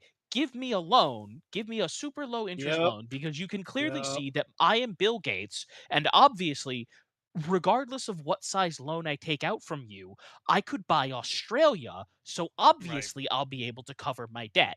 Yeah, And it's the all bank it's all does and the bank does this because yes, regardless of what he buys from them, he has enough money to buy the entirety of Australia. So he will pay the loan back. So they will loan out $20 million at 0.5% interest because Right. they're guaranteed to make all of that money back. Well, Well, not I mean, only it's the same that, but thing it Trump also did, it's and they also a tried bunch to of get favor him on. exchanging of, okay, Bill, we're going to give you this, Well, but then yes, you're going and to give my favor CEO exchanges. that, and then he's going to give someone this thing. Hire somebody's Yeah, right. So uncle. yeah, exactly. Yeah, we hire hired this your guy's niece, so you're going to give son. us I'm a this. nephew. Yeah. But yeah, and yeah, so I'm not saying that they're not paying their fair share, but they're legally paying their fair share because of all the tax dodging and blah blah blah blah blah blah blah blah blah. Now, are they doing illegal shit obviously to dodge those taxes? Yeah, probably. But again, if you come out and be like, "Oh, these people aren't paying their taxes," again, a majority of the country would be like, "Yeah, based. I don't want to pay taxes either." Well, I would say that's one of the biggest problems is with getting but almost any kind of anti-monopoly regulation done. I forget who said it was, but Americans don't see themselves as the disenfranchised impoverished poor. They millionaires, see yeah. They themselves see as themselves temporarily as embarrassed. Yeah. Temporarily I'm embarrassed pretty sure that millionaires. might have been Trump. No, it was definitely not. No, it Trump. wasn't. no, it was It not. was Definitely not him. It's wanna say way it was too coherent of a Elon. statement to be him. No, I want to say it Okay. was Elon. No, definitely not Elon. No, Point being, no. You sure? is that This is a super old quote. It's from like coming out Rockefeller with time. yeah. Oh, I honestly, it might have been Rockefeller. That wouldn't No, surprise me. it was. I think it was someone trying to legislate Hang against them. on. Hold on. Yeah, Yeah, sure. I'm looking it up. John now. but- Steinbeck. Damn, what was his early life? But You know exactly what it was. but point being though is that you're gonna get everyone. It's compromat, obviously. Yes. Would it hurt their career? Obviously, yes. Could they get jailed for it? Obviously, yes. And so it is still compromat. But at the end of the day, it's not like, oh, this guy fucks children and then eats their liver, or this Yeah. guy, bathes in the ejaculate of horses or something, right? And so it's like, Yeah. it's a little bit different in the public perception that you didn't pay people after a contract or you dodged taxes versus, I hold scat parties. But yeah, also it was not actually John Steinbeck. At Okay. least according to this search. It's disputed. He's technically Look, what he wrote. it's a was, popularly temporarily held embarrassed and acknowledged quote. I'm not Yeah. surprised that multiple people were quoted Yeah, I was saying gonna say, it originally. apparently the temporarily embarrassed millionaire one is much more recent. It's from a Canadian author named Ronald Wright in his 2000 a book called A Short History of Progress in 2004, where the full quote is, "Socialism never took root in America because the poor sees themselves not as an exploited proletariat, but as temporarily embarrassed millionaires," which, I mean, yeah, they're entirely correct. Yes. But anyway, fan fiction. Fan fiction. Oh, that's what So- we're talking about.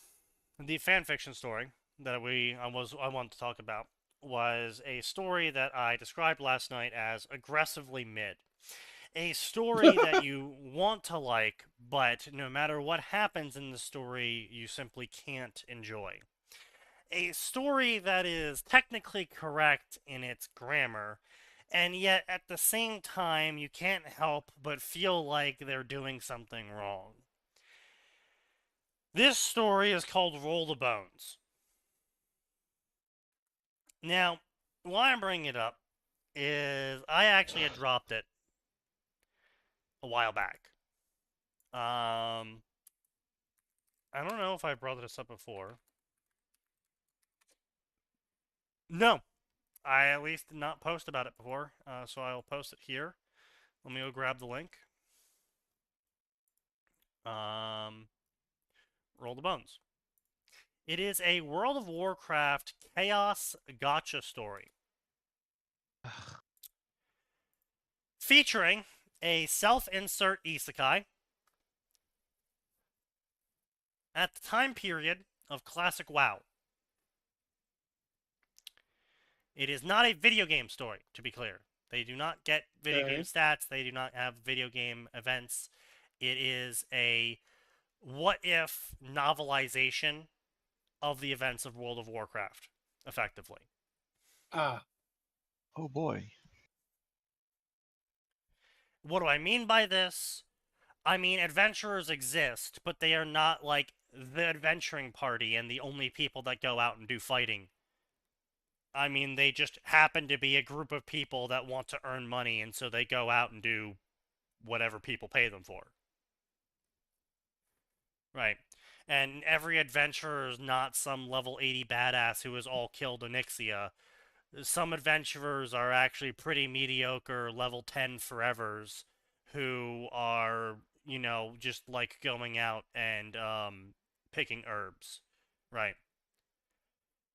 Or they're really incompetent rogues who don't know how to use stealth. No. Right. So most rogues. Yes. But point being, though, is that there's no game mechanics, and it's attempted novelization of the game itself and the lore surrounding World of Warcraft. Generally, I'm like, okay, you know, you hear all this, and you're like, okay, World of Warcraft novelization, roll the bones, okay, you know, decent naming scheme here, self-insert chaos gotcha isekai, all right, where are we going with this? And it opens up with, I wake up as X character.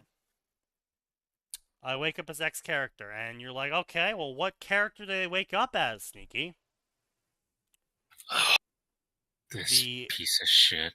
8-year-old daughter of Van Cleef, the boss of Deadmines. The first dungeon that most Alliance characters ever run. And the daughter in Cataclysm replaces him because Cataclysm is 3 years later. Yeah. So the problem with this, right off the bat, first off, the problem is that 3 years later, she's 11 years old, and she's certainly not. According to Blizzard, this is an 11-year-old. Oh, God. I'm sorry? They use the adult model because they only have the adult and the child model, not a teen model. Unfortunately, yeah. Blizz only has 2 character models. What kind of fucking diet they feeding their kids in that section of the world, huh? I gotta know what hormones are you shoving in those kids that's an 11-year-old? To be fair, though, like that's not unheard of, because like there were definitely, you know, kids like that when I was going through middle school, and then once again when I was working in the school system, but that's few and far between, and typically you don't arm your 11-year-olds with whatever the fuck those daggers are. Yeah, well, here... Oh, you see, that's Soul Drinker. Oh, yeah, of course. So here's the problem, right? This is 10-year-old Anduin Wynn. Bro looks like he's fucking 30. What the hell? That's 10-year-old? Like 30 and already been through 2 wars. Yeah, so that's his model from Cataclysm. Okay, so the bad news is, Max, he had in fact been through 3 wars at the time he was 10. Okay, yeah, premature age. This is Anduin at the age of Cataclysm. So 3 years later, after Classic, he was like, what, 5 or 8 or something? Yeah, whatever. So again, he's either 8 years old or he's 11 years old, and he looks like this. So the question of what the fuck are they feeding him actually is relevant. Apparently the grain is magical. The grain is definitely magical, and it ain't making zombies this time. So the kids are just built different it's in the that game's world. grain. Oh, it's, everybody is built it's got a different. lot of weight. Oh. Everyone is built different in that world for many reasons we've already covered in the past several weeks. Yeah, keep in mind that it's like totally canon for some characters to be able to casually bench press things that are like 800 tons. So, Of course. Don't worry about it. Why yeah, not? yeah. But yeah, so that's what Vanessa looks like at age 11. So apparently perfectly within Sign's strike zone. Really? You had to go there? Bro. Yeah, he did. Oh, Yeah, he I'm did. sorry, Not making Mr. it so Author of easy. Predatory. The low-hanging fruit was there. He had to. Yeah, that's fair. God You're the one damn that it. wrote it, and then posted Yeah, it. I hate to say it, buddy, but you are in fact the one what wrote it. So... Yeah, that's He fair. who proverbially smelt it, dealt it in that case. Glass houses, yada yada. Don't worry, they even aged her up for you. Yes. It's okay, I aged her up. She comes pre-aged.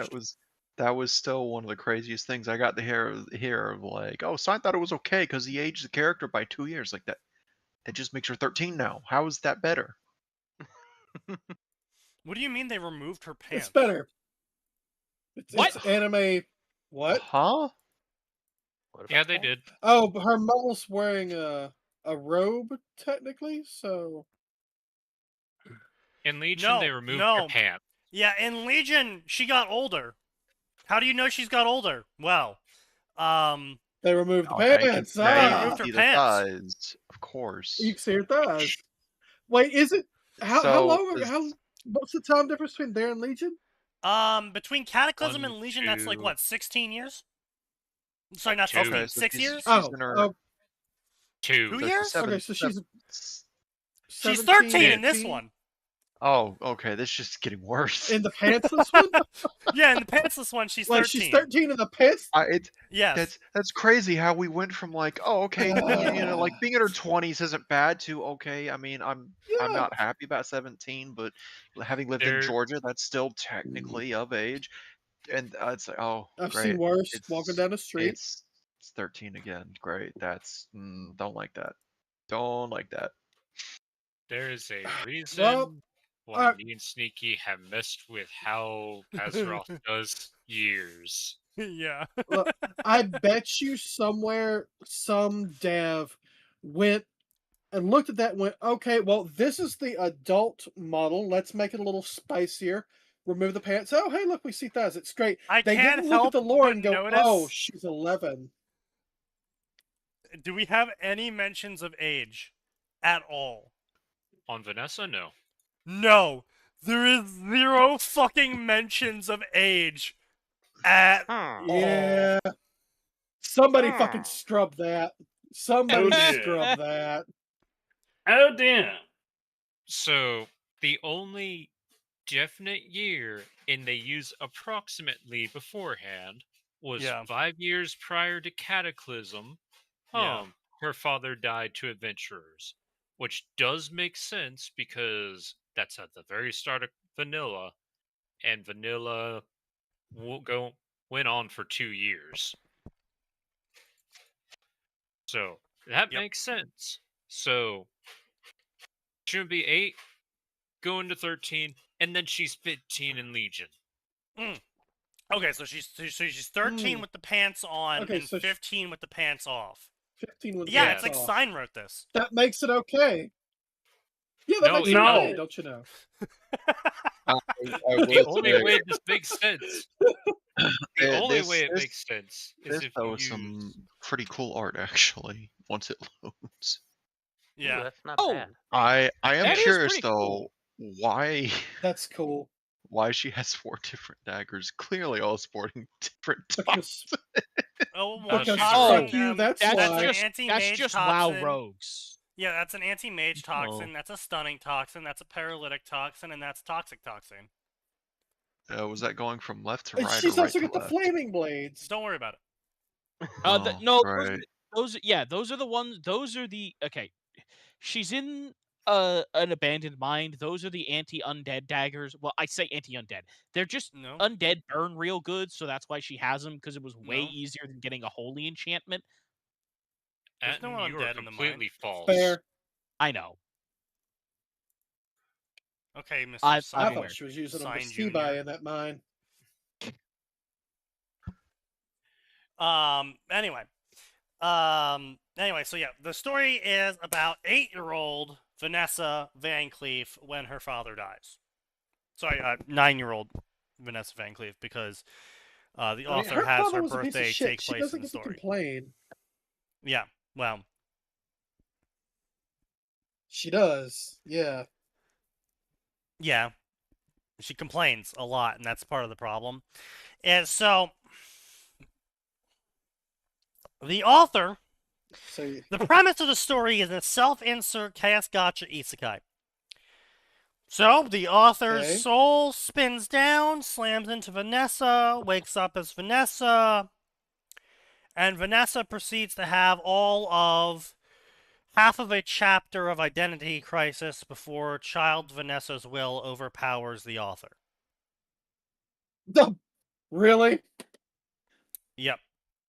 I mean, You if you're you gonna let a go with now an child, 8-year-old has the power of gotcha, that could be funny. not just the power of gotcha, but the memories of an adult. Ooh. Yeah. She'll A do male terrible adult, things. specifically.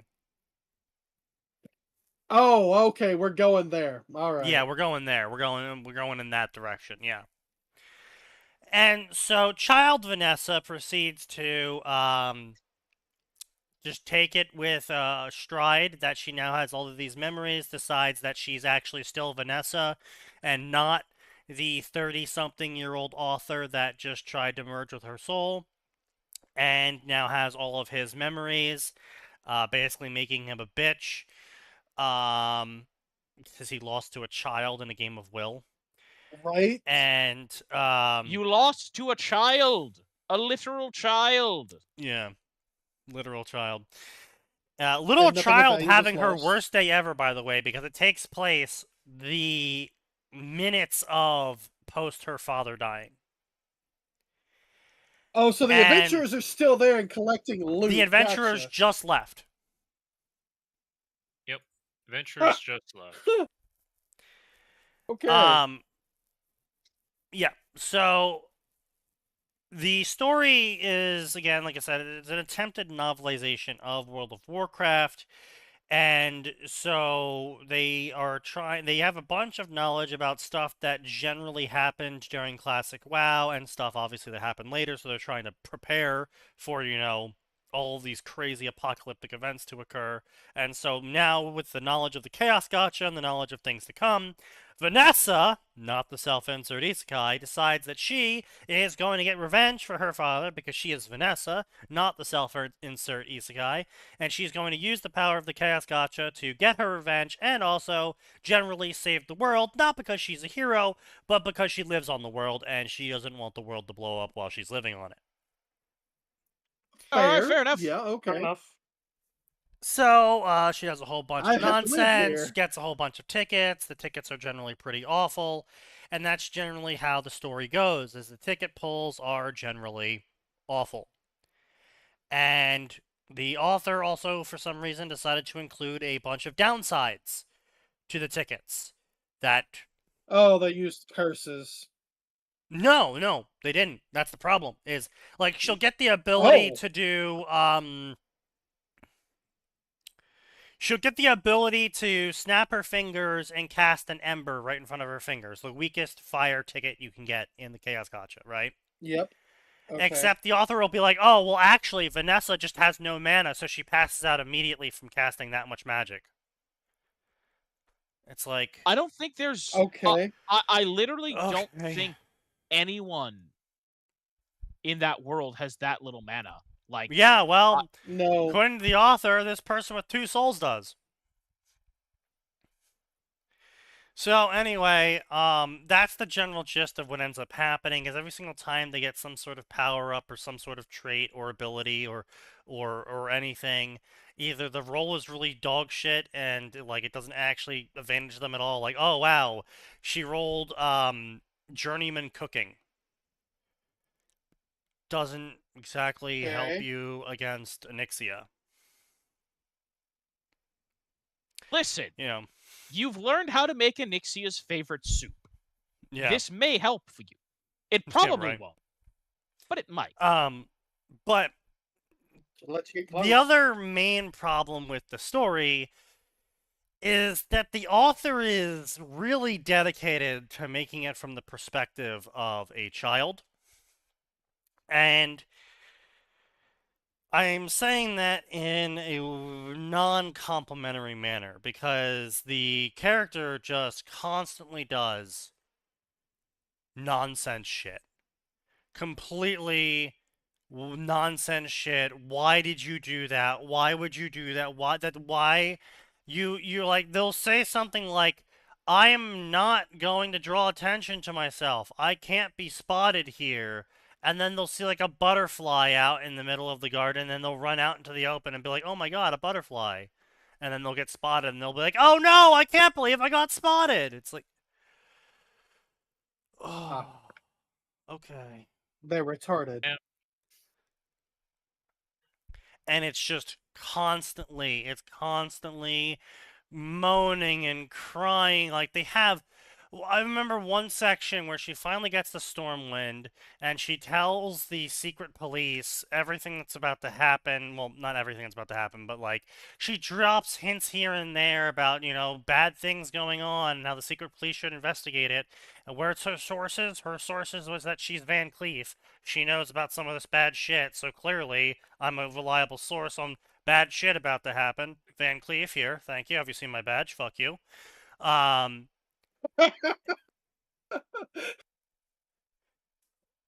mean, yeah, that's I'm paraphrasing from the story, but yeah, she literally at one point does say that, and that's what I'm getting to here is the story is good. When it's good, it's good. There's funny moments in the story where the secret police are like, "Oh, well, how do you know about all of these bad things?" And the character's literally just like, "Hello, Vanessa Van Cleef, Edwin Van Cleef's daughter, you know, #1 terrorist of the Alliance. Fuck you." It's like, all right, Quite- fair. Quite literally, yes. But then on the flip side, when it's bad, it's fucking bad. So she gets into Stormwind, she starts to go to bed because she's been awake for quite a while now because of all of the crazy shit that's involved in Stormwind during Classic WoW. And so she finally goes to bed because she finally feels safe enough to do so. And the author proceeds to have like 3 chapters dedicated to her having a mental breakdown now that she feels safe enough to do so. And it's just like, 3 and it's chapters just on it. 3 fucking chapters on it. And like just irrational decisions after irrational decisions after jumping to conclusions with irrational decisions. And then if that wasn't bad enough, they then have the irrational decisions fuel the choices that the character is making. Like they'll sit there and explain to you, "Oh, I got an advantage pull on the Chaos Gotcha, and I have the ability to choose you know, casting Firebomb, or I can get expert sneaking skills and learn how to meld with Shadow." Well, meld with Shadow is objectively the better of the 2 options here because it would afford me better stealth, which is necessary as I'm a child and not strong enough, and I've picked, Firebomb. It's like, why? Like, you just spent paragraphs explaining why you were gonna pick Meld with Shadow. and then you use your childishness as an excuse to pick Firebomb. Firebomb, which is a spell that you can't even cast because you already previously established, and don't get me wrong, they don't break the rules here, and that's why it's still a good story that you're trying to like, because they don't break their own rules. They said earlier that they don't have enough mana to cast fucking Ember, so they're not casting Firebomb, but they picked it anyway. And you're just like, why would you pick that? And then the character's like narratively like, oh my god, I can't believe I picked Firebomb. I'm so stupid. Why did I pick Firebomb? I know it's cool, but you can't cast that. It's like, yes, you can't cast that. Why did you pick it? And you're just supposed to just accept chapter after chapter after chapter of them sabotaging themselves again and again and again and again and again under the justification of, well, I'm actually a child, so of course I'm going to do stupid things. But you've got the memories and theoretically the intelligence of an adult. Yes, and their constant hammering of the point of, no, they're not the adult. They are the child. They're just a child who thinks they're an adult.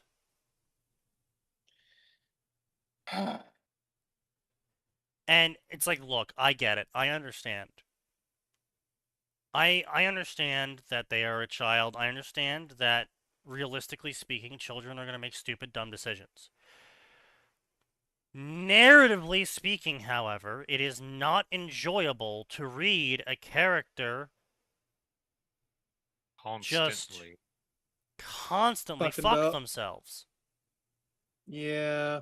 And again, it would be one thing if it's like a Natsu type character, right?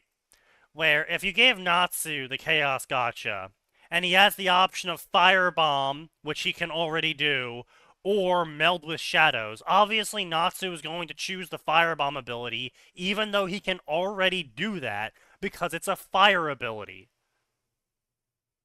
And he loves fire. He loves fire. So of course he's going to choose fire ability, especially character. And not only that, oh, sneaking, that's lame and stupid. Even though if it would objectively be really good for him. But he is stupid and lives in the moment. He's a battle junkie. Yeah, and he's a battle junkie. He's not going to pick the advantageous ability. He's going to pick the battle ability. And so you can read a story about that and cheer him on for doing it. You can be like, "Ah, I can't believe he would do it." But you're not saying that as like a painful groan. You're saying that with like a smile on your face of like, of course he was never going to pick. Yeah, of course he was never going to pick the smart thing. Duh. But, fucking Natsu. Yeah, fucking Natsu. I knew you would. Yeah, female author syndrome, true. Meanwhile, Tanya is how you would write child in adult body. Adult in a child body, yeah. Yeah, Tanya. So I'm not saying that you can't have moments where the childishness, comes through and, they foils a good plan, or they come up with a slightly incompetent plan because they're just a child, and it's like, yeah, that's fine. That's what I expect. But it's the constant thousands of words spent on explaining in the narrative to the audience what their plan is, how they're going to do it, and then they just do none of it. And it's not just one time. Immediately disregard it. It's every time. Every single time. They'll spend thousands of words talking about their plans and their actions and what their next moves are, and then they do none of it. Every single time. And the child, unlike Natsu, isn't endearing to you. Their behavior isn't endearing. You're not rolling your eyes and laughing at Natsu being Natsu again. It's like Luvia.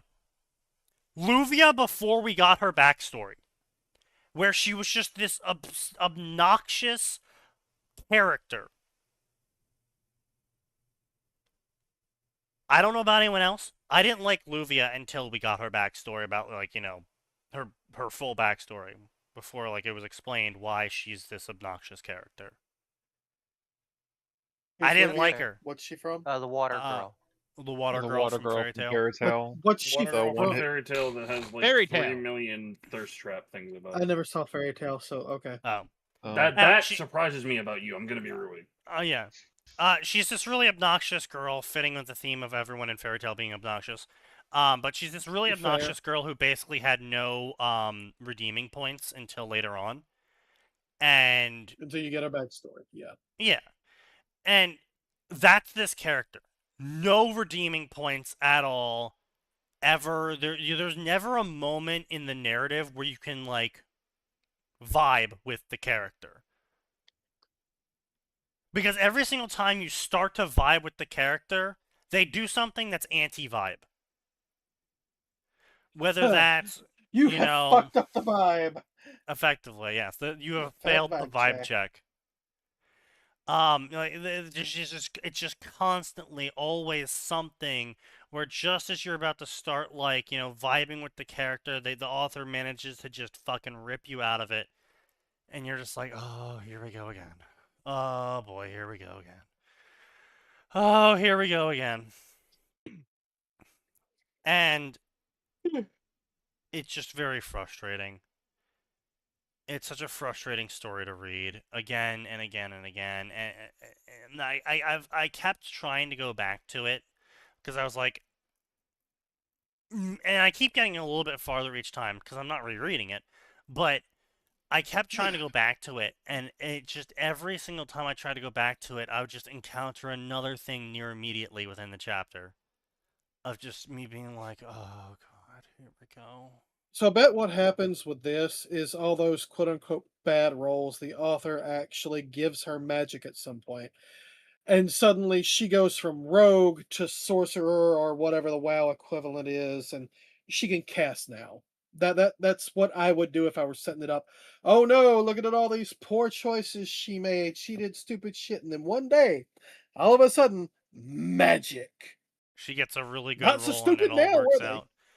Yeah, well, I mean, Yeah, they exactly. were still stupid, but at least it, like, pays off in the end, and you kind of have like At least it paid off in the end. Yeah. a plan turner, I guess you could say, which is fine, yeah, and it could totally work. It's just the problem is that you don't like the main character. The author doesn't let Yeah. you, Yeah. doesn't give you time to like the main character.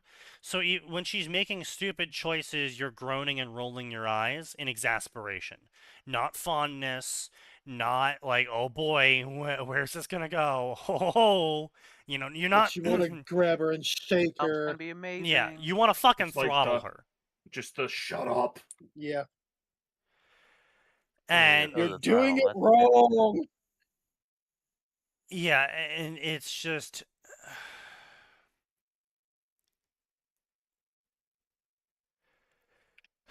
I don't know.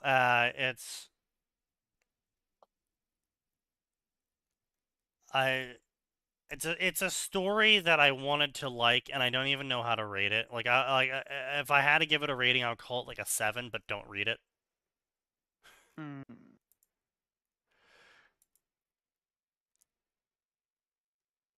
A 7, but don't read it. Yeah, I mean, yeah, aggressively mid sounds kind of apt. yeah. It's aggressively mid. Like, it's not mid as in like a 5 out of 10 because it's got coherent grammar. It's got a coherent narrative and story. It's just the main character. You want to fucking kill them. And not in a way that makes you want to It keep would be- reading the story. It would be a good story, but it keeps shooting itself in the foot every time the main character does something. Yeah, every time the main character opens their mouth, you're just like, oh my god. Oh, You're just like, shut up, I hate you. Shut up, shut up. Here we go again. Like, he had a whole Unironically, chapter. Yes. Unironically, yeah. Like, and then the author is, like, also dragging out the narrative in some parts. Like, we got a whole chapter, and let me clear, they don't update that often. They update, like, maybe once every week or two. But again, it's not like a longer chapter either. It's like a 3 to 5K chapter at most every other week or so. But so it's like two chapters were dedicated to just fluff. Of she took Anduin out for a stroll, pretending to be a commoner for the day, so he could see the city as a commoner does. And it was just fluff. Nothing happened that chapter besides Anduin just going around and seeing how the average person lives. That's all.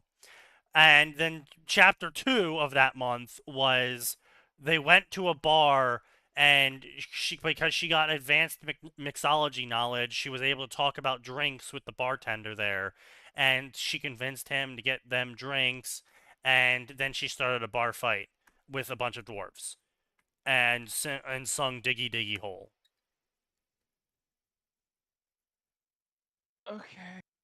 Yeah, and that was the whole Okay, chapter. So that was the entire month of content. It went nowhere. Gotcha. Fucking literally nothing happened. Yeah. And it's just like, okay, yeah, Bro, sure. Man, is it worse or better than Parcassius? I mean, like it's at far bad, better but- than Parcassius because Parcassius takes several months to actually get to anything happening. True. Oof. I mean, you know, it's the truth is the truth, you know. Yep. But I'm aware. it's still just such an aggressively mid story. Well, at least with Parcassius, he's writing the characters correctly, ish. Mostly. Ish. I mean, he takes some liberties with Close their enough. personalities. Yeah, close enough that you're like, all right, it's fan fiction. You know, it's he's not gonna get them perfect. I'm gonna have Anything disagreements. could happen.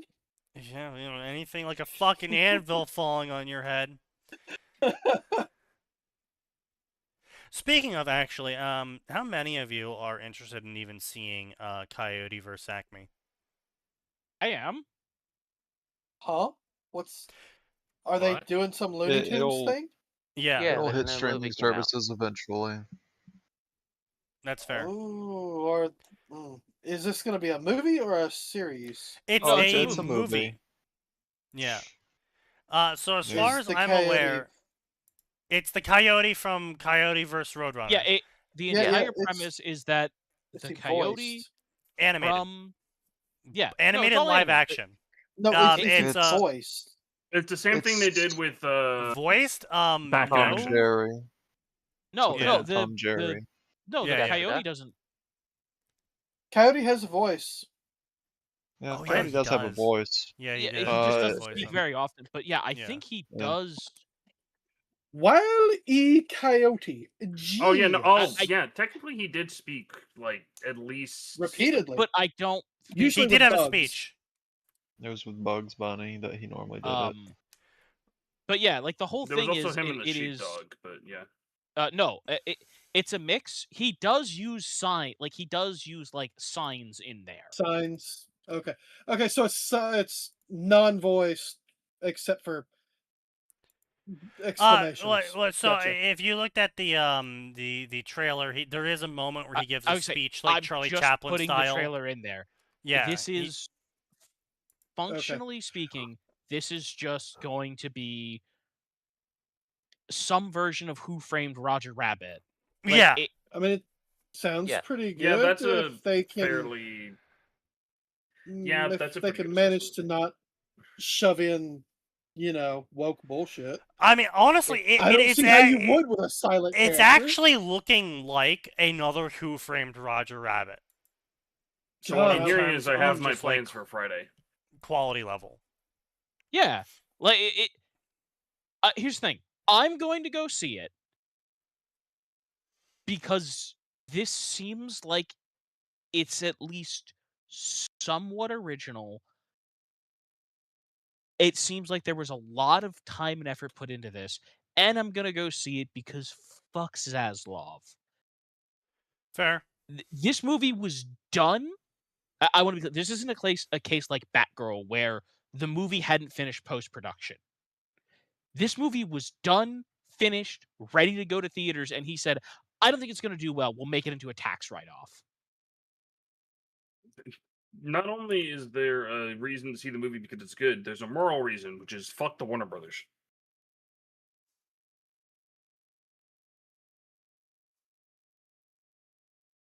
That not hitting with anyone? All right.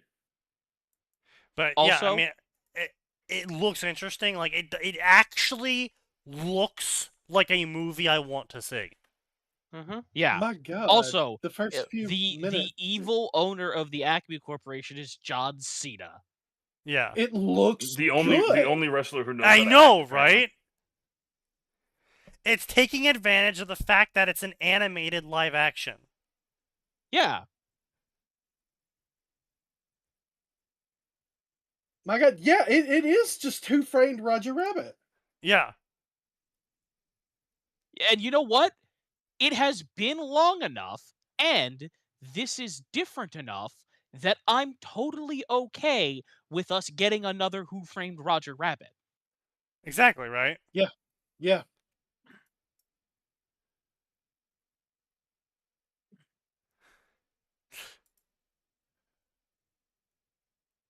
I Hey, don't it's pay not you just, to talk, Utah.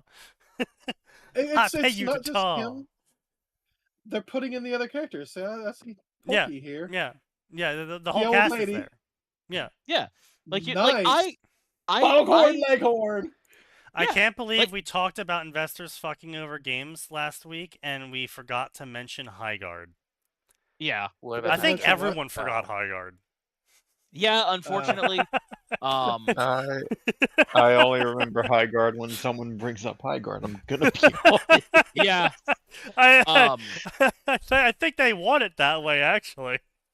Honestly, that game would have done better if a big deal hadn't been made about it at the awards show. What was the joke that fucking Asmongold made? Don't even put Highguard on your resume. Just say you were in prison. It'll look better. I think that was it, yeah. Right? That sounds amazing. Yeah, that sounds about right. What were you working on from 2000 to 2020 to 2025? I was in jail for I murder. was in jail for murder. How'd you get out? Don't worry about it. Don't Good worry behavior. about it. Presidential pardon.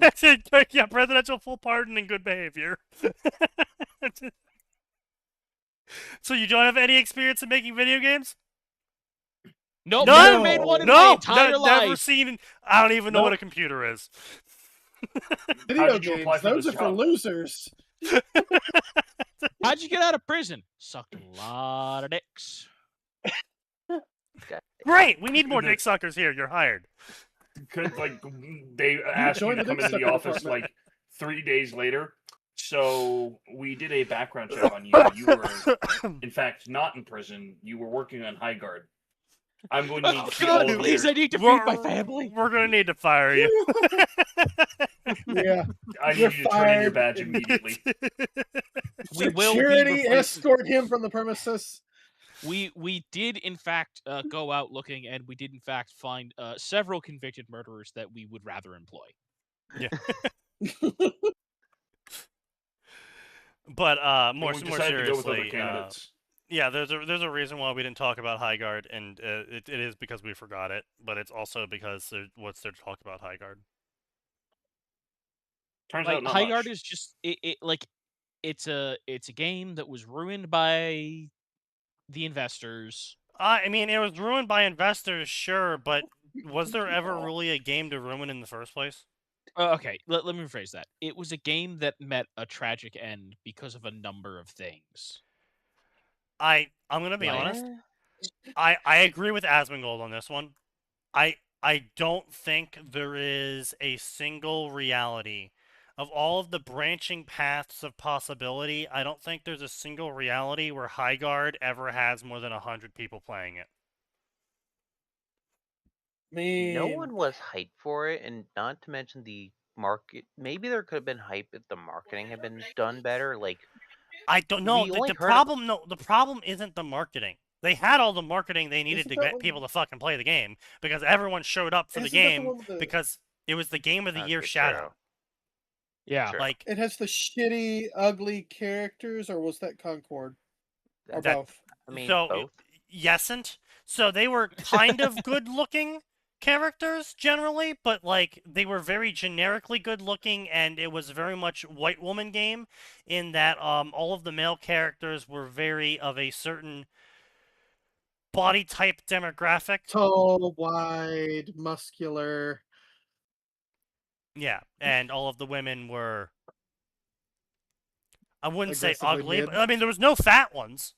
But they weren't exactly Oh, so it's not the one where they no. crammed a very fat black woman into armor? No. That was Concord. Concord. That was Concord? Yeah. Okay.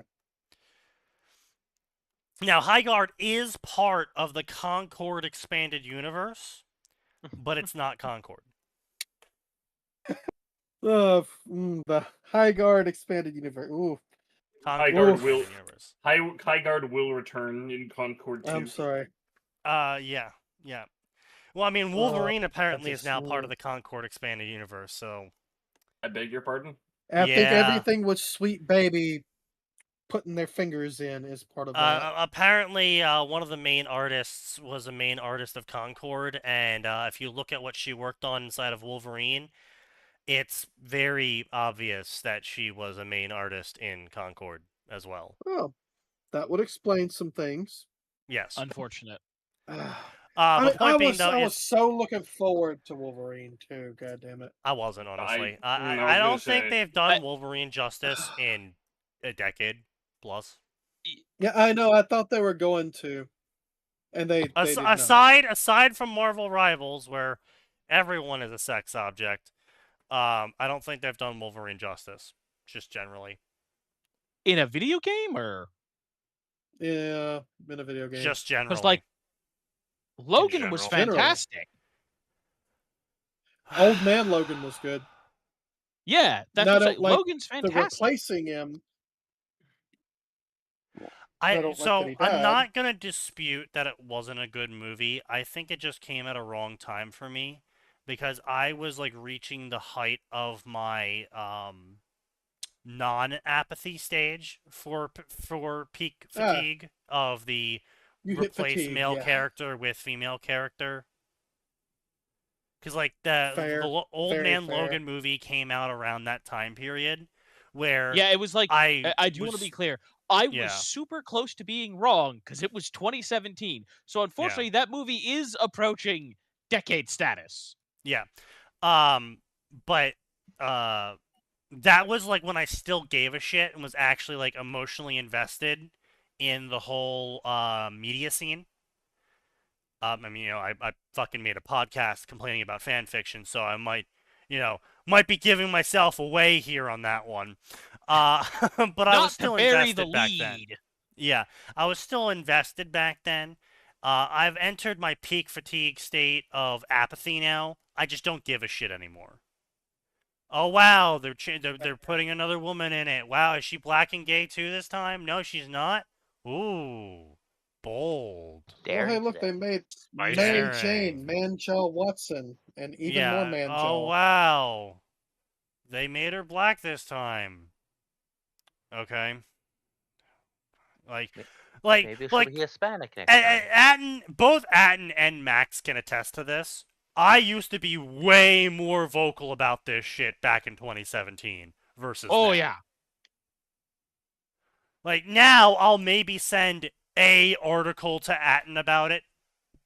Maybe I'll just ping him in the server Yeah, I would about say one before it would be video, like a- video, article, video, post, Twitter post, Twitter post, Twitter post. Yeah, I would say it would be like a tide of it. Which subject? Replacing male characters who are white and straight with characters who are gay, female, black, etc. in movies and video games. Yeah, which, I mean, I think my opinion on that still remains the same, which is if you're not claiming accuracy of any sort and it's 100% your take on something, okay, fine. I'm just not going to show up for it then. Right. Because it's probably going to be garbage. But I was saying that in 2017, I was a lot more emotionally invested and a lot more active about it. Yeah, you were. Meanwhile, now I just don't give a shit. Yeah, you were especially angry with what they did with redheaded women. Yes, I do. in those situations. Yeah. I think my blow up point was with Flash CW with them replacing redheaded, green-eyed that Iris long? West. Yeah, that was when I finally said, "Fuck it, I'm fucking done with all this." I had Damn. somebody argue, "Well, she was the better choice." I had to sit there and tell her, "No, she does not fit the description." Well, what does it matter if she's the better actor? They're doing it for politics. No, they're not. They fucking are, dumb bitch. I lost a friend over that shit. Yeah, well, you know. I mean, I want to be Sometimes clear. that's how it She goes. did until you got to season uh Four? three or four. I'm not entirely sure. Like she did a very good job. Yeah, no. Don't get me wrong. Don't get me wrong. She's a good actress, and so was the guy who played Joe. Excellent actor, great actor. But I'm sorry, they're not the people you're replacing them with. Or I'm sorry, Black Wally. No, that's not Wally. Wally's a little ginger. I mean, I'm just generally not interested in, okay, we're doing this character again, but this time But they're they're this race. It's black. like, all right, it's gonna be Peter Parker this time, except this time it's Half black, Chinese. half Spanish. He's Chinese this time. He's half Chinese, half Spanish. No. That was Bruce Banner. They replaced him with the Chinese guy. Chinese What? Hulk. Not. Huh? No, I They would- You did haven't heard of Chinese Hulk? what? What are you? They replaced bro, Banner what are with you on Chinese Hulk in the comics. Yeah, no, they I'm pulled a not, Miles I'm not- Morales, but with the Hulk. that's not what I'm talking about. I'm just literally making shit up. I'm just using it as an example. I'm just I'm saying talking I'm about just the actual tired of thing. it. I know, but I'm just tired of it. I have reached the point of I have no fucks left to give. I'm just tired of it now. And it's just it's like, oh boy, Chinese Spider-Man. Wow, you're such a bold decision for the narrative. Now he's Chinese. What are you gonna do? It's No comment. I can't say it. I can't say it. no, do not, do not. I will have none of that in here.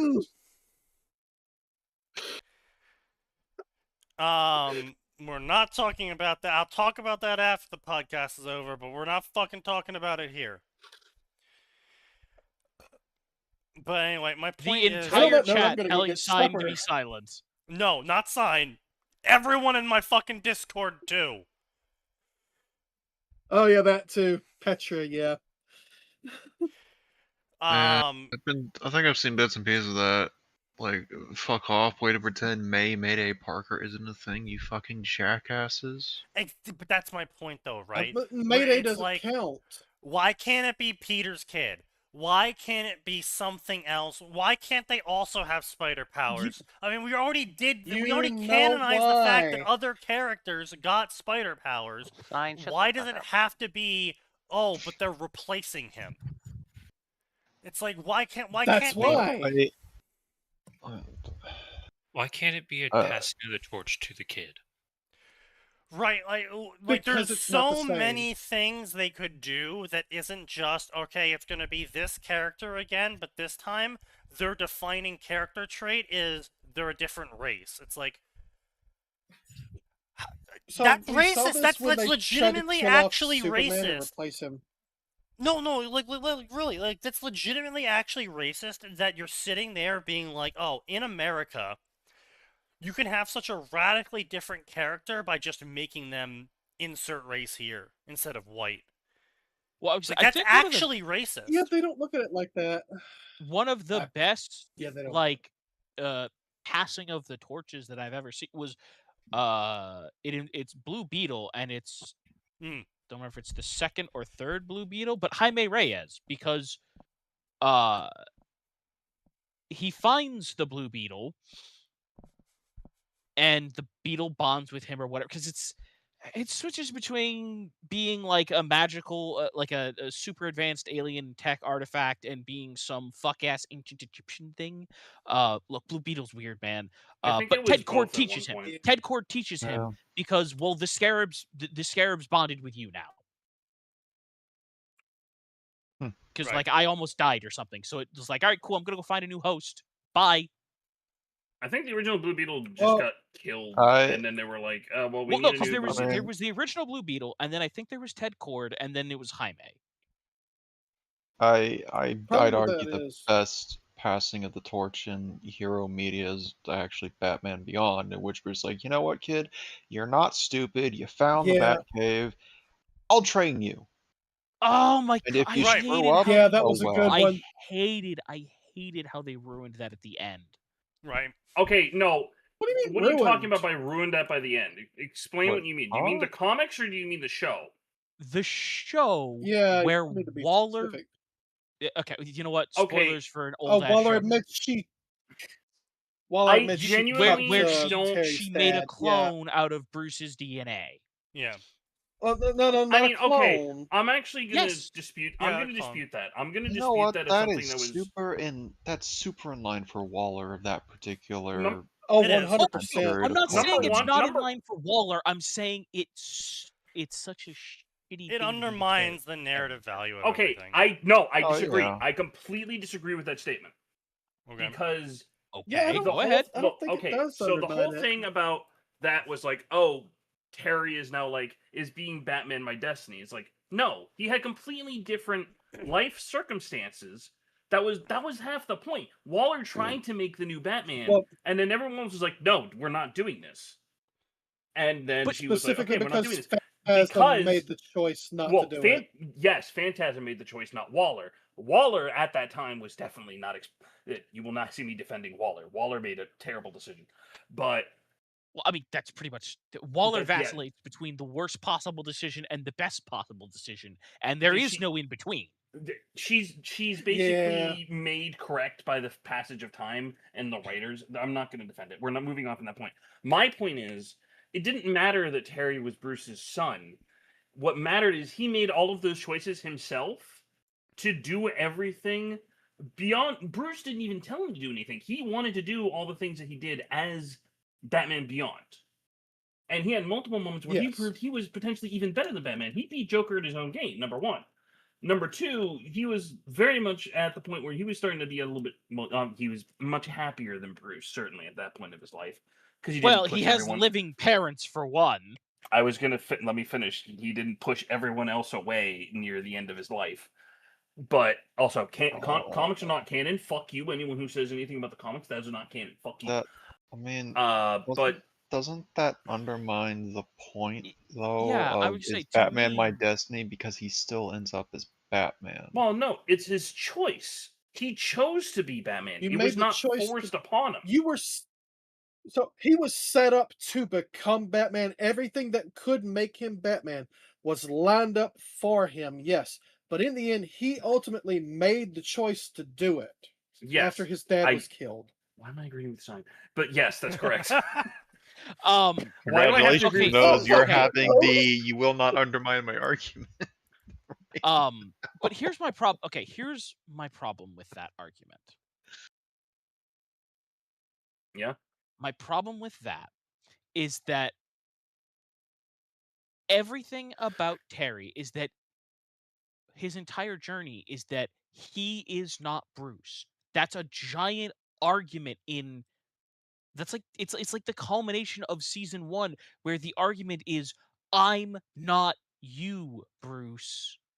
He isn't. I'm not Yeah, but He but also he's isn't by the Bruce's end of the son. series. But the problem is that to come out of left field and go, oh well, no, he's actually just Batman's genetic offspring. Like, oh, so a normal person can't be Batman. A normal person Well, can't no, train to no. do this. A normal person can't achieve mean- this. You literally said this is what is you must in order to be Batman. You must be must this have much come from percent the sperm Batman. donor of Bruce Wayne. Well, no. I mean, Nightwing became Batman We're in not that going to discuss. universe We're for a not going to time. discuss the Nightwing Nope, bullshit. nope. Okay, first of all, no, he did not become Batman in the He Beyond did. He universe. took up the mantle for a Not little in the while. Beyond Batman universe. 2000. Not in the Beyond universe. He did? No, I not could've in the sworn he Beyond did. universe. No. To be clear, there I thought that is was a revealed point in the movie. No, No. he stayed Nightwing. There is a point where Nightwing did take up the mantle of Batman, but that was specifically after the death of Batman, which we thought for a while that he was dead, and then it was the dark side Omega beam sent him back in time or some shit. We don't talk about that, okay? We don't talk about that. We don't. Especially Fair. because of how much they robbed my boy Dick Grayson of the chance to finally be Batman, and the fact that he was telling Damien off for being a little shit. Yes. The comics Yeah. are weird, and it's better to just not discuss them 9 times out of 10 in terms But of anyway, the my canonicity. original point with all this was that I'm fine with Spider-Man taking a protege and showing them how he is a hero, what his moral code is, how he handles events. And there's a lot of interesting things you sure. could actually get out of Spider-Man training someone. Because not everyone is as strong as Spider-Man. Not everyone is as durable as Spider-Man. Right. And Honestly, very few are that's- possibly as moral as Spider-Man. Yeah. Honestly, that was one of the things, like, initially I was kind of excited for with the Sony Spider-Man game. It's like, oh, Miles is here. Maybe now we get the actual, like, mentor-student relationship that we didn't get in the original comic run. No, And then it got handled by people who don't care about the source material, and quite frankly, Yeah. the more I saw of it, the more I'm like, wow. I'm glad I Wait, didn't did spend you money play on the this second game? now. No, because the more I saw play of it, the more the- I'm like, wow, I don't want to pick this up. Okay. Because So the second one does actually have that mentor role. No, I but know it is, does. I know it does, because I did play the Miles Morales, which, while it improved some things, there were other changes. I'm like, I'm not a big fan of these changes. Yeah. And the more we got of 2 and the more clips we got, more I'm like, I'm not excited for this, and I don't think you're gonna handle the student mentor relationship the way I'd been wanting. Because in the Spider-Verse started with the premise of that, and it was interesting, especially when the mentor switched to down on his luck grumpy old man Peter Parker, who'd been doing this for 40 plus years. Right, but I mean, what I was also going to say is, Well, I not 40 think plus. there's something more interesting than just generic. Oh, you have the same power as me, so now I'm going to train you to be my replacement. Like, I think that's lame. I'm going to be honest. I do think that's lame.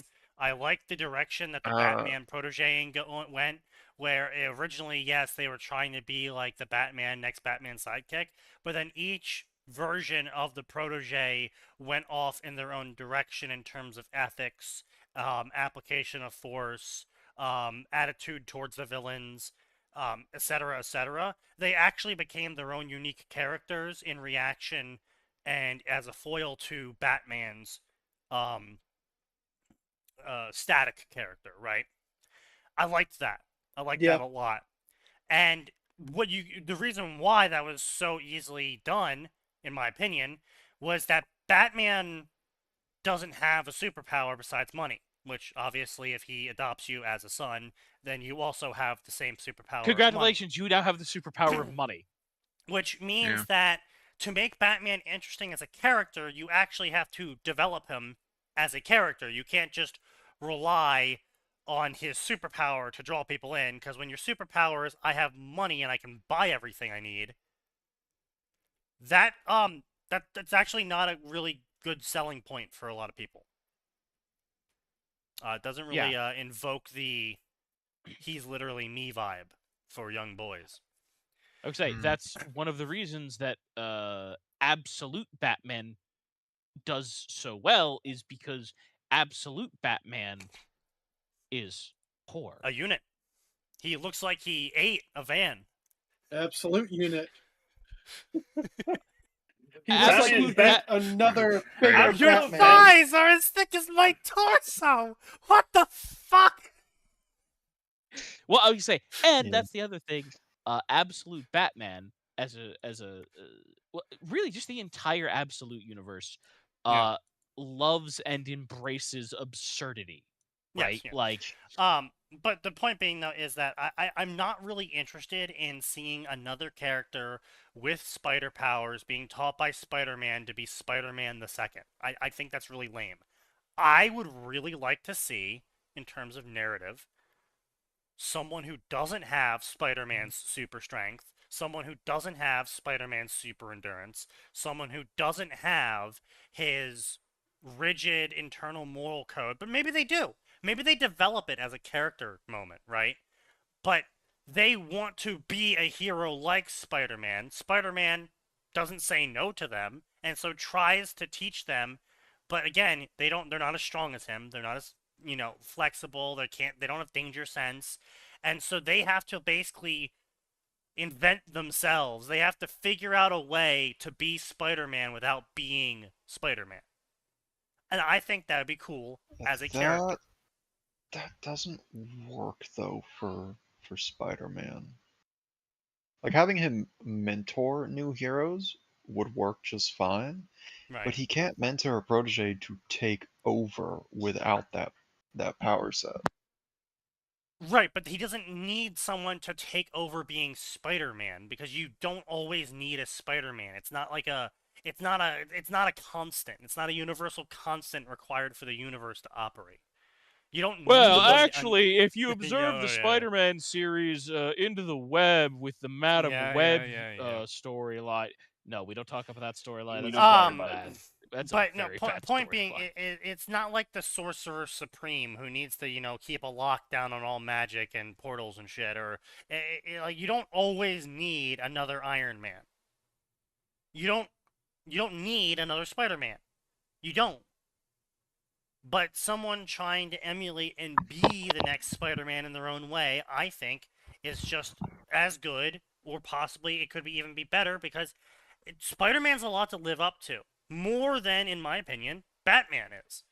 And Oh, so absolutely, a character 'cause trying to reach those Spider-Man's whole heights shtick- without his advantages, I think would make for a very nice, no, admittedly, not great for kids, but I think for adults it would be a very nice story. Yeah, especially because, as you said, it's much For bigger kids, to it have wouldn't be as someone live interesting. up to friendly neighborhood I mean, Spider-Man as opposed to. the And you know what? it This is just wouldn't work. Just his villains gallery alone, his rogue gallery alone is going to kill anyone lesser than him. Like again, him training new heroes is one thing. Him training a protege that will one day take the mantle without even a portion of his power set is in trouble. If nothing else, he needs someone who is at minimum as durable as he is. Yeah, I would say here's the And thing. that doesn't happen very Well, I often. mean, but in here's the other There's thing, though, is right. room- It's, okay, here's if the thing. Spider-Man's There's room to aging out of the hero experiment. business, then the villains are mostly aging out of the villain business as well. So Unless you you're can have Green good Goblin. villains. but, The yeah. Except- only the only exception is going to be like the Lizard, probably. Yeah. Didn't they have a series about that where like his daughter becomes Spider-Man? Yes. Yes! Well, That- yes. I No, just to be mentioned clear, that earlier, Mayday to be Parker. clear, that's supporting. To be clear, that is supporting Max's argument because Yes. Mayday Parker is his child and has all of his stuff. And Yes, but the that's only reason that Peter stops being Spider-Man is because he loses a fucking leg. yes. But Yeah. see, that's the thing, though. Is I'm fine with his literal child having his powers because that's his literal child. But so it's like, okay, yeah, I would that's say fine. here's the thing. There's enough stuff going around in that universe that here's the thing. I think if you had someone who only had a portion of the Spider-Man power, because remember, in the comics, like durability and danger sense and agility, that's all spider stuff. But Right. webs, that's just because Parker's a nerd. So if you take someone who only has super strength, or maybe they only have super agility, or maybe they have a completely different power set of some Right. kind, you could get mileage out of it. Does anyone care about spoilers for the new Spider-Man movie? No one gives a shit. I mean, I I kind only of know do that, actually. yeah, on I one only of know the what I So use. okay, then I'm not services. gonna. Then I won't talk about it. I won't talk about it. Right. Okay. Sure. And this But is why we ask, and this is why we wait. sure. But But for yeah. people who have seen the movie, they do something. There's a character they use who that particular character has a pretty flexible set of morals, and they're quite mad for a variety of very good reasons. And if we had an older Peter Parker, like that's the kind of thing where I sort of agree with Sneaky, where I think it would be much more interesting to take someone who's almost like a Jason Todd-esque Robin in that Right.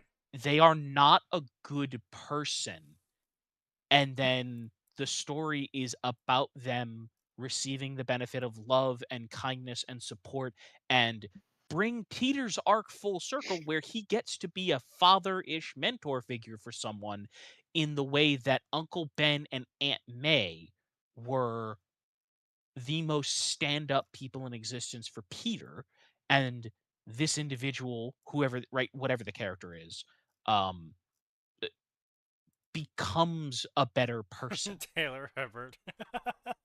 No, that that's not possible because Taylor would not change and grow. Yeah. True. Also, she would probably try and execute every villain that she captured. But the point being though is Now, of course, the sad part there is, yeah, I mean, yes, there'd be a lot you could in fact do with her, yes. like But as Peter's I'm just protege. it's kind of just like I'm just kind of tired of just the race swap part of it.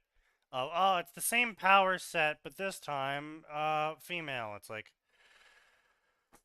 okay. Look, super strength. I I mean, get it. Super strength. It's like how many?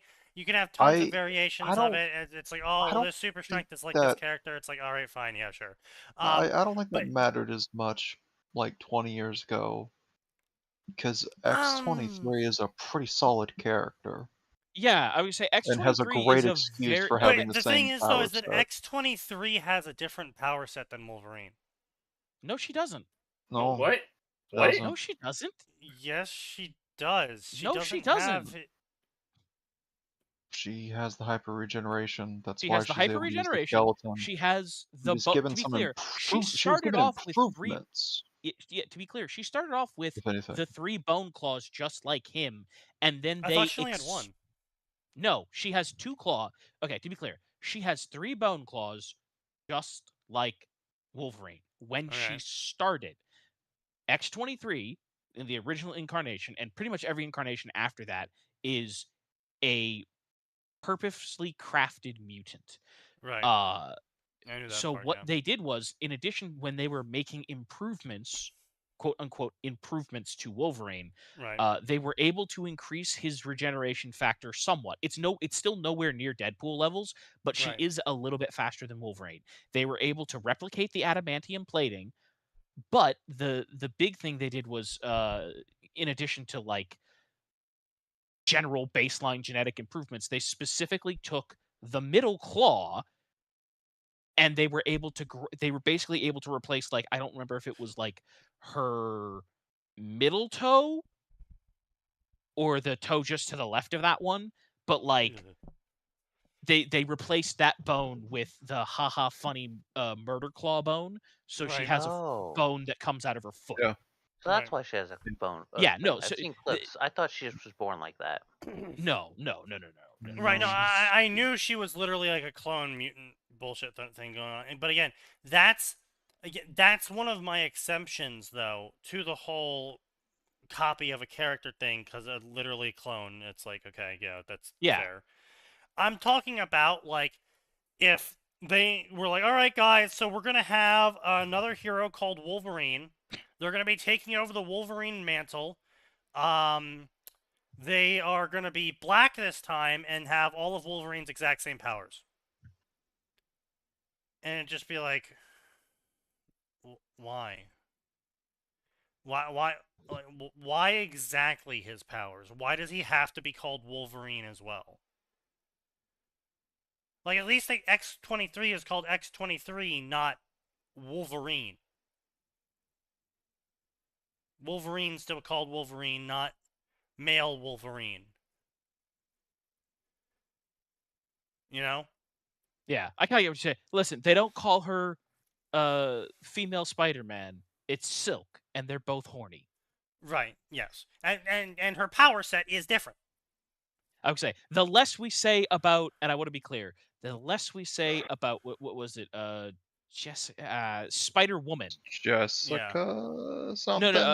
well, because they're Jessica. I think I would It's say Jessica the something, less and we she talk was about the Spider Spider Woman. Woman stuff, the better. Yes. Because Spider Woman, I want to be clear, that whole thing. Now they have since developed her into a real character with real story and real plot lines, but man, that whole thing was fucking weird. But yeah, I point being though don't know is that anything I'm just about kind that. of tired of What's the the. name?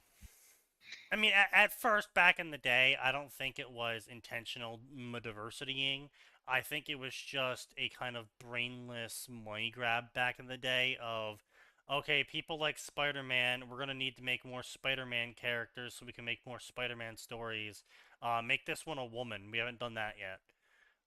Like, that's what I think it was back in the day. But nowadays, like, especially with how they've had some of those comic book covers, like with Mjolnir with graffiti on it, Oh, you can kind of tell the amount of reverence and respect that the current comic book developers have towards certain characters.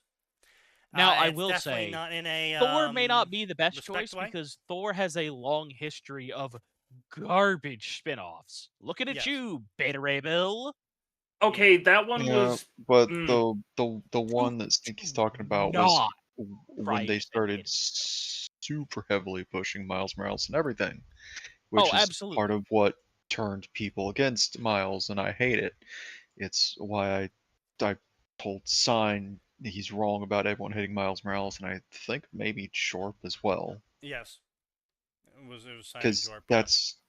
he's like, And no, shut the fuck up. I like Miles because I was introduced to him in his first run in if Miles 2011. Morales was introduced as like a new age Static Shock of like they're trying out the Static Shock hero type again, I would be like, okay, yeah, sure. You know, like Static Shock has not seen a lot of public love. I mean, it basically only got a single season of cartoon and then never fucking again Which I anything. will say I'm super excited for because we are getting a new run of Yes. Static.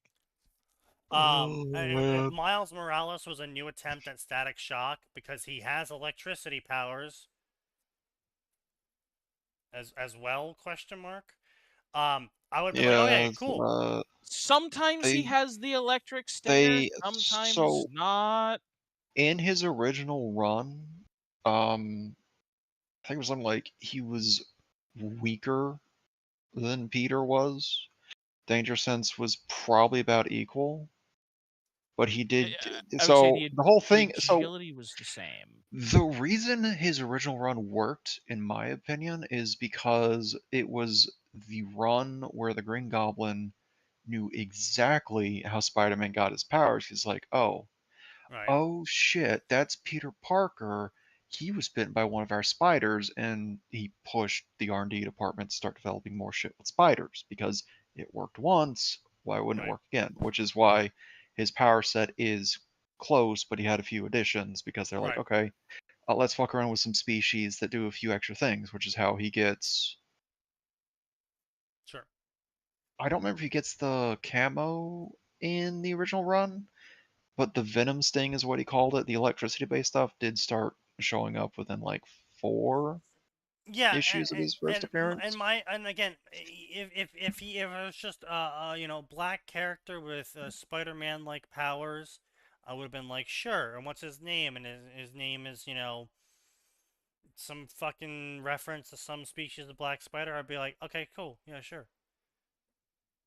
Right? I would have rolled with it. But it's like, no, I'm gonna call myself Spider-Man, and I'm gonna wear Spider-Man's costume, and I'm gonna be Black Spider-Man.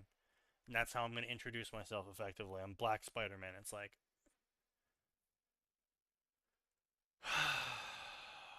And again, I'm still going to argue against that stance because the character wasn't written in such a way to want to be that.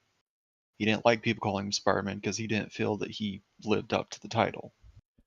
That was a Sure, big but part of his character growth. the problem is how you say the experience that I got being a person who didn't read comics versus the people who did read the comics obviously had a much different take on him, but when all I'm seeing in terms of public interaction is the writers being like, no, he's Black Spider-Man, you racists, he's Black Spider-Man, if you don't like him, you're racist, all of that shit. That's all I'm getting about this character. It's like, I'm sorry, but like, I'm gonna take the writer's word for it instead of what they've written. I'm going to keep disagreeing with that, but that's mostly because I'm pretty sure the guy who initially introduced it was like, no, why would we make a minority Spider-Man as that, just trying something new. And they clearly Granted, moved him off the project. the ultimate run was also like kind of insane because Peter Parker and Harry Osborn died in a big fight. And shortly after that is when Miles got bitten and started figuring out what to do, and people started looking at him as a replacement in universe. And it's like, no, I'm not Spider-Man. I'm not worth that title. And then later in the run, turns out Peter Parker and Harry Osborn are actually immortal. Huh? Yeah, they regenerated from their big fight. Sure. That whole thing was listen, the Ultimate Run had some cool stuff, and then got there. I'm like, I don't know how to feel about that. Now, and correct me if I'm wrong, but didn't they end up canceling the Ultimate Run? So the Ultimate Run did get canceled, but it didn't have a lot to do with Miles. No, I'm not saying it had anything to do with Miles. No, I'm in just saying, general, it got canceled. I think a lot of runs end up getting canceled partway through because no one can. No, a comic's having a definitive end usually spells the death of that comic or company. How many complete runs do you really get to see of like overarching universes as opposed to just individual hero runs? I mean, yeah, that's fair. That's fair. But I think the angle is just being approached wrong. I think I think a comic run shouldn't be like the entire story of a character. It should be an arc of the character's life, so you can move on and do other what ifs with the same character. I without needing to cancel the fucking series, like just end the arc, so everyone could come back and enjoy the character if they wanted to. But like I don't know. I'm not $1 million comic book producer, so what do I know? I guess. I mean, I'm just not running the comic book industry into the ground either, though. So maybe I do know something more than them. I fucking forgot about what they did to Spider-Woman in the Ultimate Universe. Oh, as I said, I forgot she was a clone of Peter. I forgot about that for that run. Which, for the people in the back who are counting, makes clone number 4 of Peter Parker. Yeah. But this time with tits. At least it's a more acceptable version than Petra Parker. I mean, none of them are good. Look, I'm a fan of. Listen, I'm a big fan of Penny Parker. I thought that was fun. This is true. She has a mech, right? Yes. Yes. Okay. So Here's the thing. superior. It's functionally Diva, but Spider-Man. And, like, 8. So the impertinence is charming. Did this get And reposted? then in the sequel movie, she apparently went through her Evangelion arc. That was funny.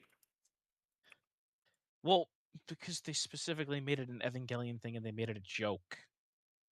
All right, great. I'm gonna post it here as well. All right, I also so think Marvel Rivals completely runs non-sequitur. Evangelion with Penny. So Anyway, complete non sequitur. Two things here. We got more fan fiction and gaming news. So Gears of War E-Day is unfortunately shaping up to not being a return to form, and instead being a return to DIE. Hang on, we already knew the beta was bad. Like, the beta plays very poorly. It's not fun.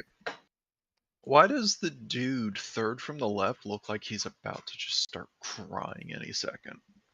Because he's very emotional, Max, and you can't make fun of him for that. Man, I I think you should be can, able but to. I'm. You know Depending what? on the person, I might feel bad about it. I absolutely can make fun of them in Gears of War. Excuse you, it's Gears of Soy now. Yeah, it's Gears of Soy now. They're all transitioning. You can't make fun of them anymore.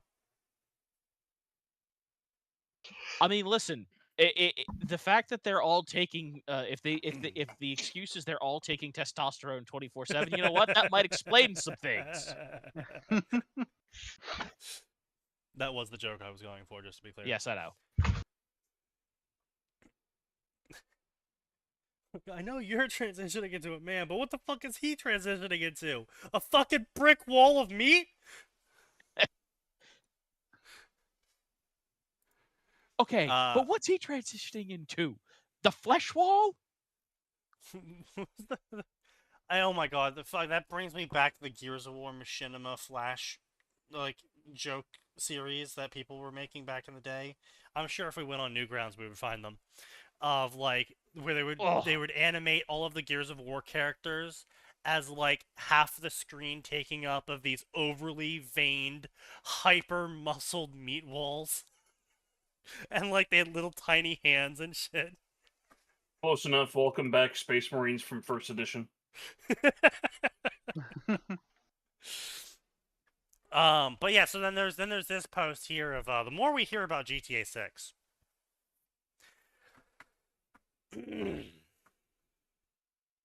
A, it's not gonna fail. So we're just gonna cut we're gonna cut right to the point. We GTA want it 6 to, not but it gonna fail. isn't. Yeah, it's not gonna fail. Yeah, no. I want it to fail. I desperately want it to fail. I want it to fail not because of you know what the Rockstar did to its employees, not because of the DEI in it, not because of how absolutely cucked the makers of Rockstar are now. I don't give a shit about any of that. I want GTA to fail because of the absolutely ruinous echo effects it's had on the rest of the gaming industry, and especially on the bigger title publishers in terms of tricking them into thinking that they can totally get away with things that they ended up not getting away with. I mean, like yes, they still did publish the game. Yes, they still did try and nickel and dime you for bajillions of you know, microtransaction dollars, but ultimately, Skull and Bones failed. Ultimately, Concord failed. Ultimately, all of these games, Overwatch failed. All of these games failed in the end, trying to chase the ultimate gajillion dollars a year that GTA 5 Online was bringing in.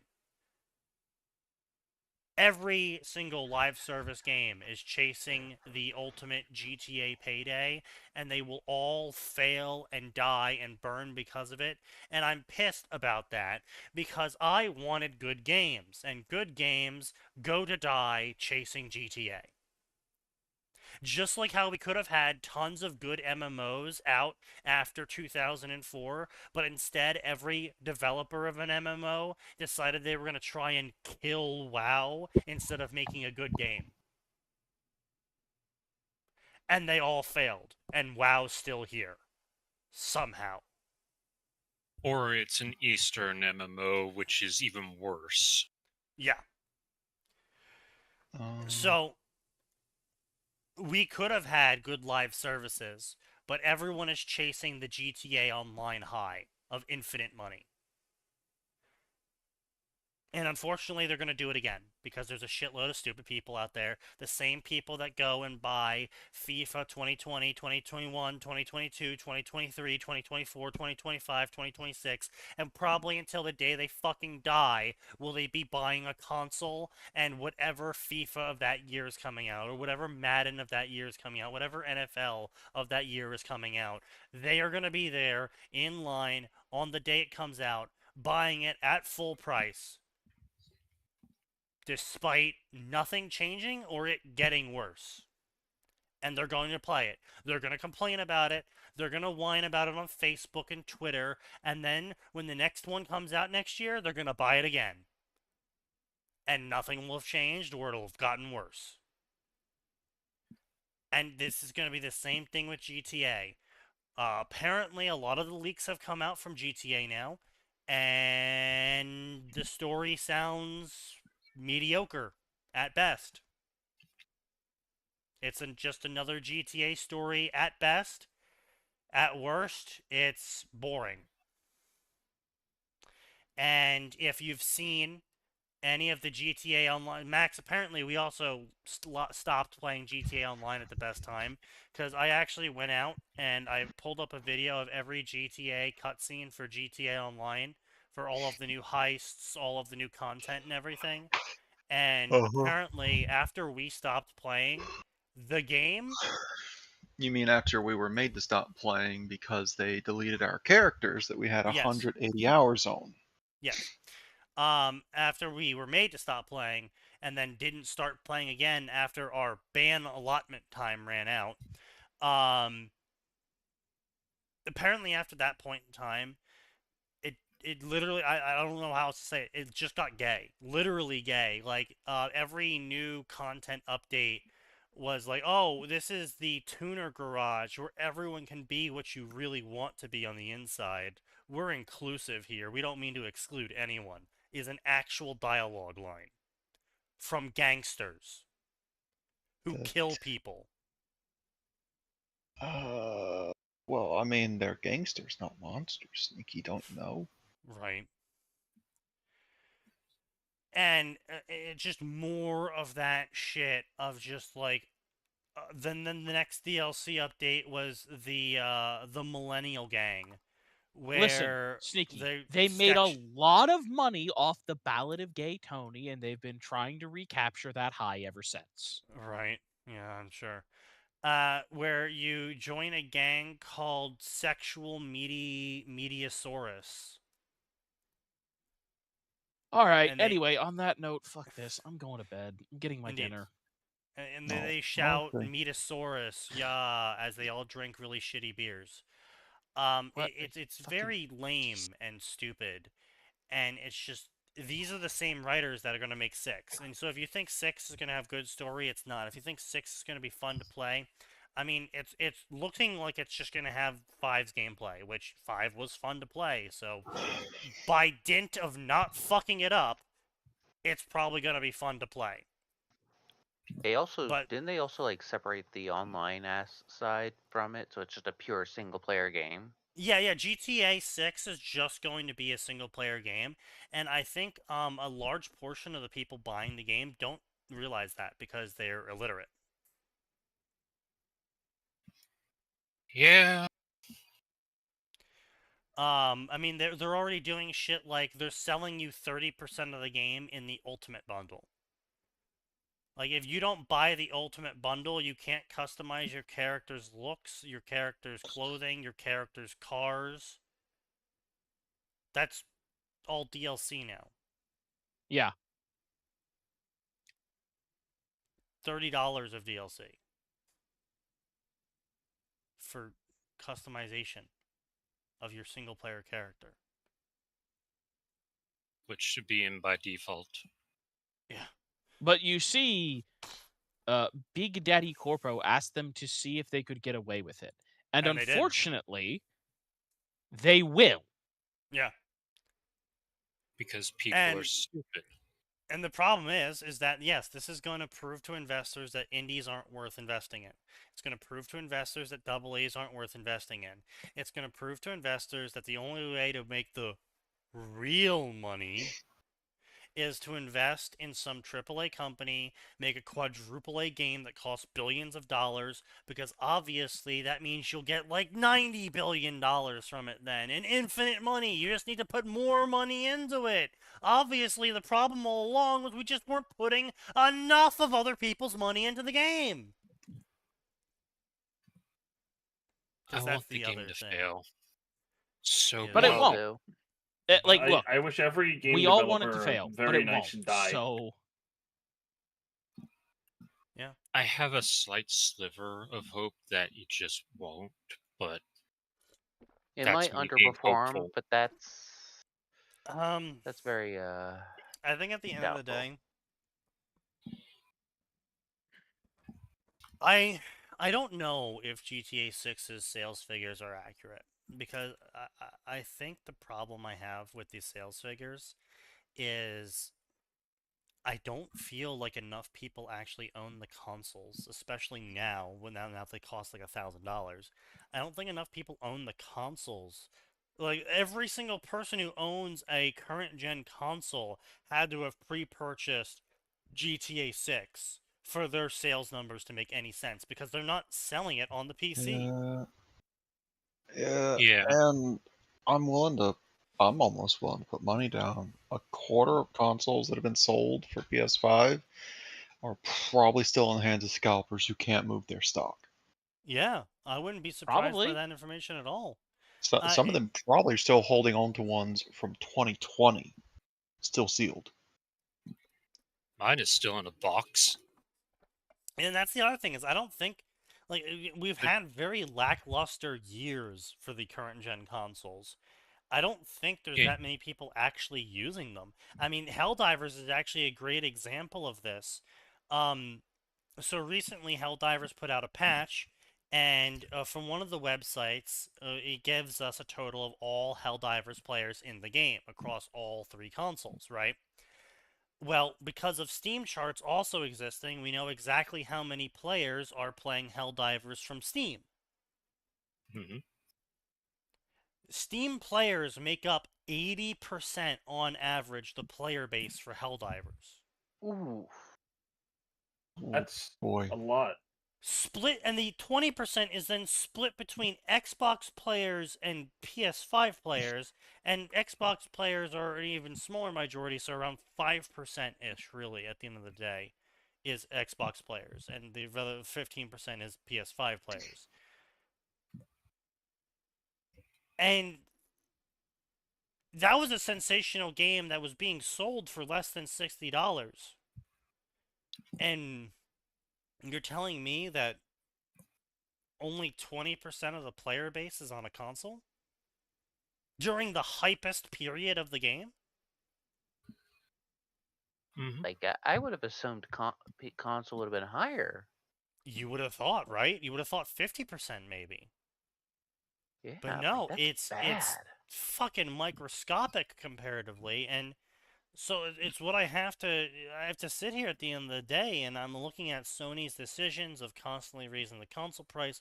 I'm looking at Sony's decisions of moving to this digital-only forced marketplace monopoly, where they're now charging $80, $90 with no sales basically ever on any game that's actually relevant and important, unless you're paying them a monthly subscription fee, at which point they're harvesting shitloads of money off of you, because how many months go Even the by without an monthly fee actually doesn't good give game? you shit. Like, Well, I all thought PlayStation Plus gave you a free game every month. it did, It's but a free nothing game. really good. Well, for That's my one, point, there's though. That's my point, though. Is you'll go like They 11 months of bad games that you're never gonna yeah. play to get the one game a year that you're actually gonna play. But then now they've hosted, what was it, $15 a month? Now they've poached off of you $150 for a $60 game. Yeah, true. And that's my Yeah, point. PlayStation Plus used to be banger after banger for games. Right. For I PS3 remember and that era. PS4. Yeah. Mhm. And that's what I'm now saying is I don't know what they offer. we're in the 'cause I haven't. PS5 era, And I don't know. I don't remember the last time I even heard news of anyone playing a PlayStation. Except for me, but yeah. Say, I I'm mean, I more don't likely to know. bust out my Switch too. I got a friend who does occasionally pop his open, but it's not a PS5, it's a PS4. And Because here's the the thing. Pro is a solid Yeah. console, especially with the massive backlog it now has of anime games, both censored and uncensored, because they made the brilliant decision to move their gaming headquarters to California, like that wasn't going to bite them in the ass the way it did.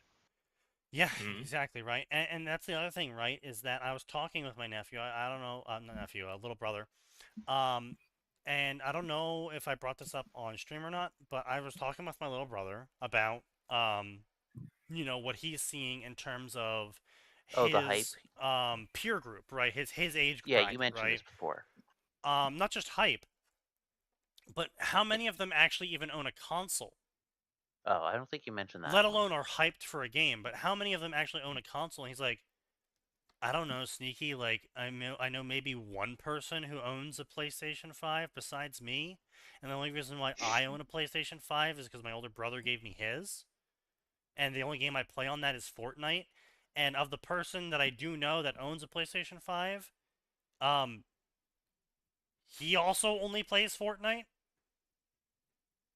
Most of us just play Roblox and Roblox games, or you know, Dragon Ball Z games. I'm like, that's depressing. And like, his generation to hang out, they do shit like, apparently, like, they just watch episodes of One Piece over Discord. Like, that's what his generation does, apparently, to hang out, is they all hop into a video call on Discord, and then one of them hosts on their screen an episode of anime, and they all sit in Discord and, like, make jokes watching an anime. I mean, that sounds like fun, actually. I would say there's worse things they could do, I No, suppose. I'm not saying it's not fun, but what I am saying is they're not buying video games. They're not buying consoles. They're not buying a $100 video game. They're stealing anime. Like, they're just watching the stuff that's coming out. And enjoying it with friends. That's literally they're not spending money because most of them don't have fucking jobs, and most of them are going to college now as well. So they also have debts on top of that. Most of them are now entering into the same money calculation. Like, again, Fortnite is going down. Roblox is going down. Roblox lost something like $10 billion of its value because its player base is aging out of spending money on the game. Because they are now becoming us 10 years ago. Yep. Where MMOs started dying. Because we didn't have the time to play MMOs anymore.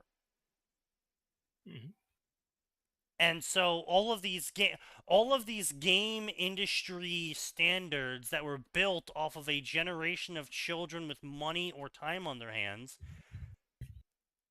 is still relying on that same generation that doesn't have time or money anymore. So I don't know who is buying GTA 5 for $100 fucking on a console that costs $1,000 fucking when the average behavior of these groups of people is to steal free anime and watch it with their friends for entertainment. So here's what I'll say. Your sibling is not necessarily indicative of what's occurring. It is no, he's not. Group. He's not. He is my anecdotal group that I'm then pairing with market facing decisions that Roblox and Epic have both admitted to because they are publicly traded companies. Absolutely. I'm just saying that, like, look. Well, Epic is privately traded, but they're still a traded company. Yeah, look, someone is buying these things is the problem. Like, but that's the thing, though, is we have no proof of that. There is no published statistic that actually is showing that anyone has bought this game. all we have is claims from Rockstar that they've totally made all of their money back. Which they could be saying that for any number of reasons. I mean, we saw fucking what was that game? Concord. They made a big deal about Concord, about how Concord's gonna, destroy Apex Legends, and it's going to destroy that other game, Valorant. It's gonna blow away it's gonna blow away Fortnite. They've sold so many copies of Concord. Concord's unstoppable. 1 week later, the servers are shutting down because no one's fucking playing the game. Yeah. So they can claim all they want, but until the game actually comes out, and until we can actually see the real numbers in terms of how much engagement is going on Twitter and other places like that, because we, again, don't have Steam charts, and PlayStation and Xbox don't publish their player numbers for a good reason these days. Until we actually have some sort of concrete number, until Take-Two has an earnings call, because they haven't had that yet either, as far as I'm aware. They haven't had their earning call post pre-orders yet. So, I mean, if they come out with a earnings call post pre-orders for GTA 6, and they're like, yeah, we made $19 billion in their earnings call, well, I mean, either they're doing the biggest fraud of the year, or they actually did make $19 billion, and I guess it's a fucking smash hit before it even came out. I don't know. But it has to come out first. The earnings call has to happen, or it has to come out first, and neither have happened as far as I'm aware. So we are still waiting for the proof of one way or another of it being a massive hit game. Like I said, I don't think it is. I'm leaning on, if I had to bet, I would bet it's not going to be, it's going to succeed. I don't think it's going to break Take-Two. I think they're going to make a decent amount of their money back. I think they're going to make even more money back when GTA Online comes out, because that's really what people are playing GTA for. No one played GTA 5 for the storyline except for people who played GTA 4. I think the people who played it for the storyline were launch day players who didn't know about the online and what was going to happen there. Yeah, because they bought it because of GTA 4. Because I know that the online in 4 was fun, but it was something you did to just, no dick one around played for a little bit. GTA 4 for the online. Yeah. Okay. And then then the online was what's the word? Amazing. Persistent. Having a GTA Online where character progress was persistent and there was extra side content that was actually hey, by the way, while the main story was happening, this other crazy stuff was going on, and now you get to play it. It was really neat. All right, it is actually 9 o'clock. I do actually have to go. Yeah, but I'm wrapping this is up annoying. Why can't we have these discussions on Friday? These are the discussions I want to stay up for. Well, now all a part of my plan. Not happening. I brought High Guard up earlier because I think the issue is at the root. I could blame the management for being a abhorrent scum, but really the person most to blame are the enables at Tencent funding these doomed projects, because they realize that if one of these studios actually hits the jackpot, they recoup the 99 duds. Well, yeah, it's the investor philosophy of I don't have to be right. Like the investors, that's why investors are so fucking stupid, is because they have so much money of someone else's money that they can be wrong 99 times, and as long as they're right on 100th try, and they make back all of the money they lost being wrong, then it doesn't matter, because then they go back to the person that gave them the money to invest, and they can be like, I made you $10 billion, and you're like, oh wow, you made $10 billion, you're such a great investor. It's like, yeah, I only failed 99 times and then got lucky on the 100th try. It's like, yeah, exactly. And so basically, the people who have shitloads of other people's money are just throwing it at literally everything to make back the dollar, and because they have investment control in a portfolio of immediate interests, they're able to pressure these companies to make a game that produces money, because they want money back. They don't want art, they want money. And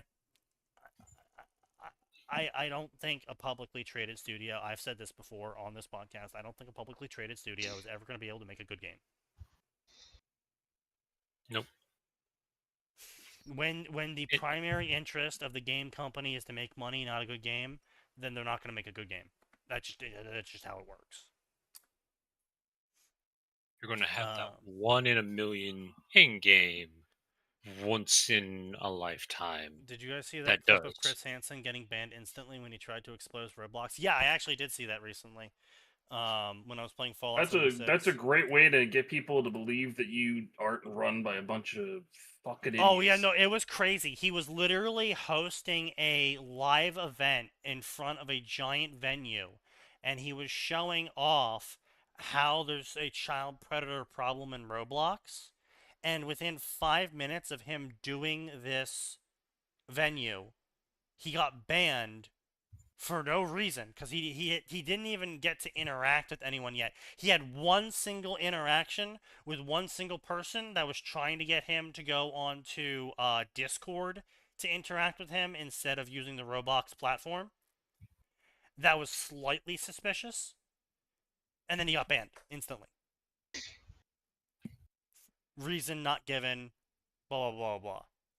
Yeah, because they're like, oh shit, it's Chris Hansen. He's going to show everybody what a problem we have. They're like, oh my god, Chris Hansen's doing a live event right now. Holy shit, that's us. We're up there. Fucking ban him.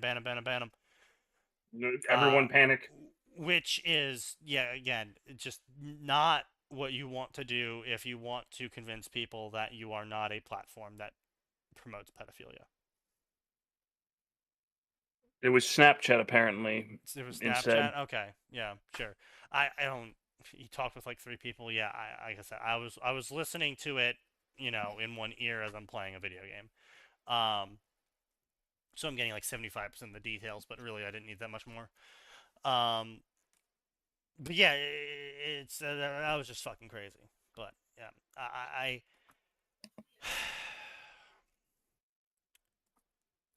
we're just gonna have to. We can't speculate. There's no more speculation we can do about GTA 6. I mean, we all kind of have a clear idea of what it's going to be like. We have the leaks coming out confirming most of it. And until we see the whole game and until it comes out, we don't know how many people actually bought it. We don't know how many people are going to not refund it. If they can. Like that's the other thing, right? Maybe they did sell 10 million copies pre-order, right? But maybe 9 million of those get refunded when people realize that GTA Online is not part of the $100 purchase. We've seen it happen. Concord happened. Mm-hmm. Wasn't Concord the one game that everyone got refunded, like Steam, Sony, like yeah. Everyone got it refunded. But my point is that the reason why they all got refunded is because they all bought into it, and then were like, "Wow, this game sucks." Yeah, and they all that's what's gonna hurt them the most is, no, because they get 1 month free with their pre-order. But what's gonna hurt them is realizing, wait, I have to pay every month now for GTA Online, where before it was just part of the base experience. And that's the other thing is I don't know if that's going to pay off for them or not, because if GTA Online 2, which is what I'm going to call it, right?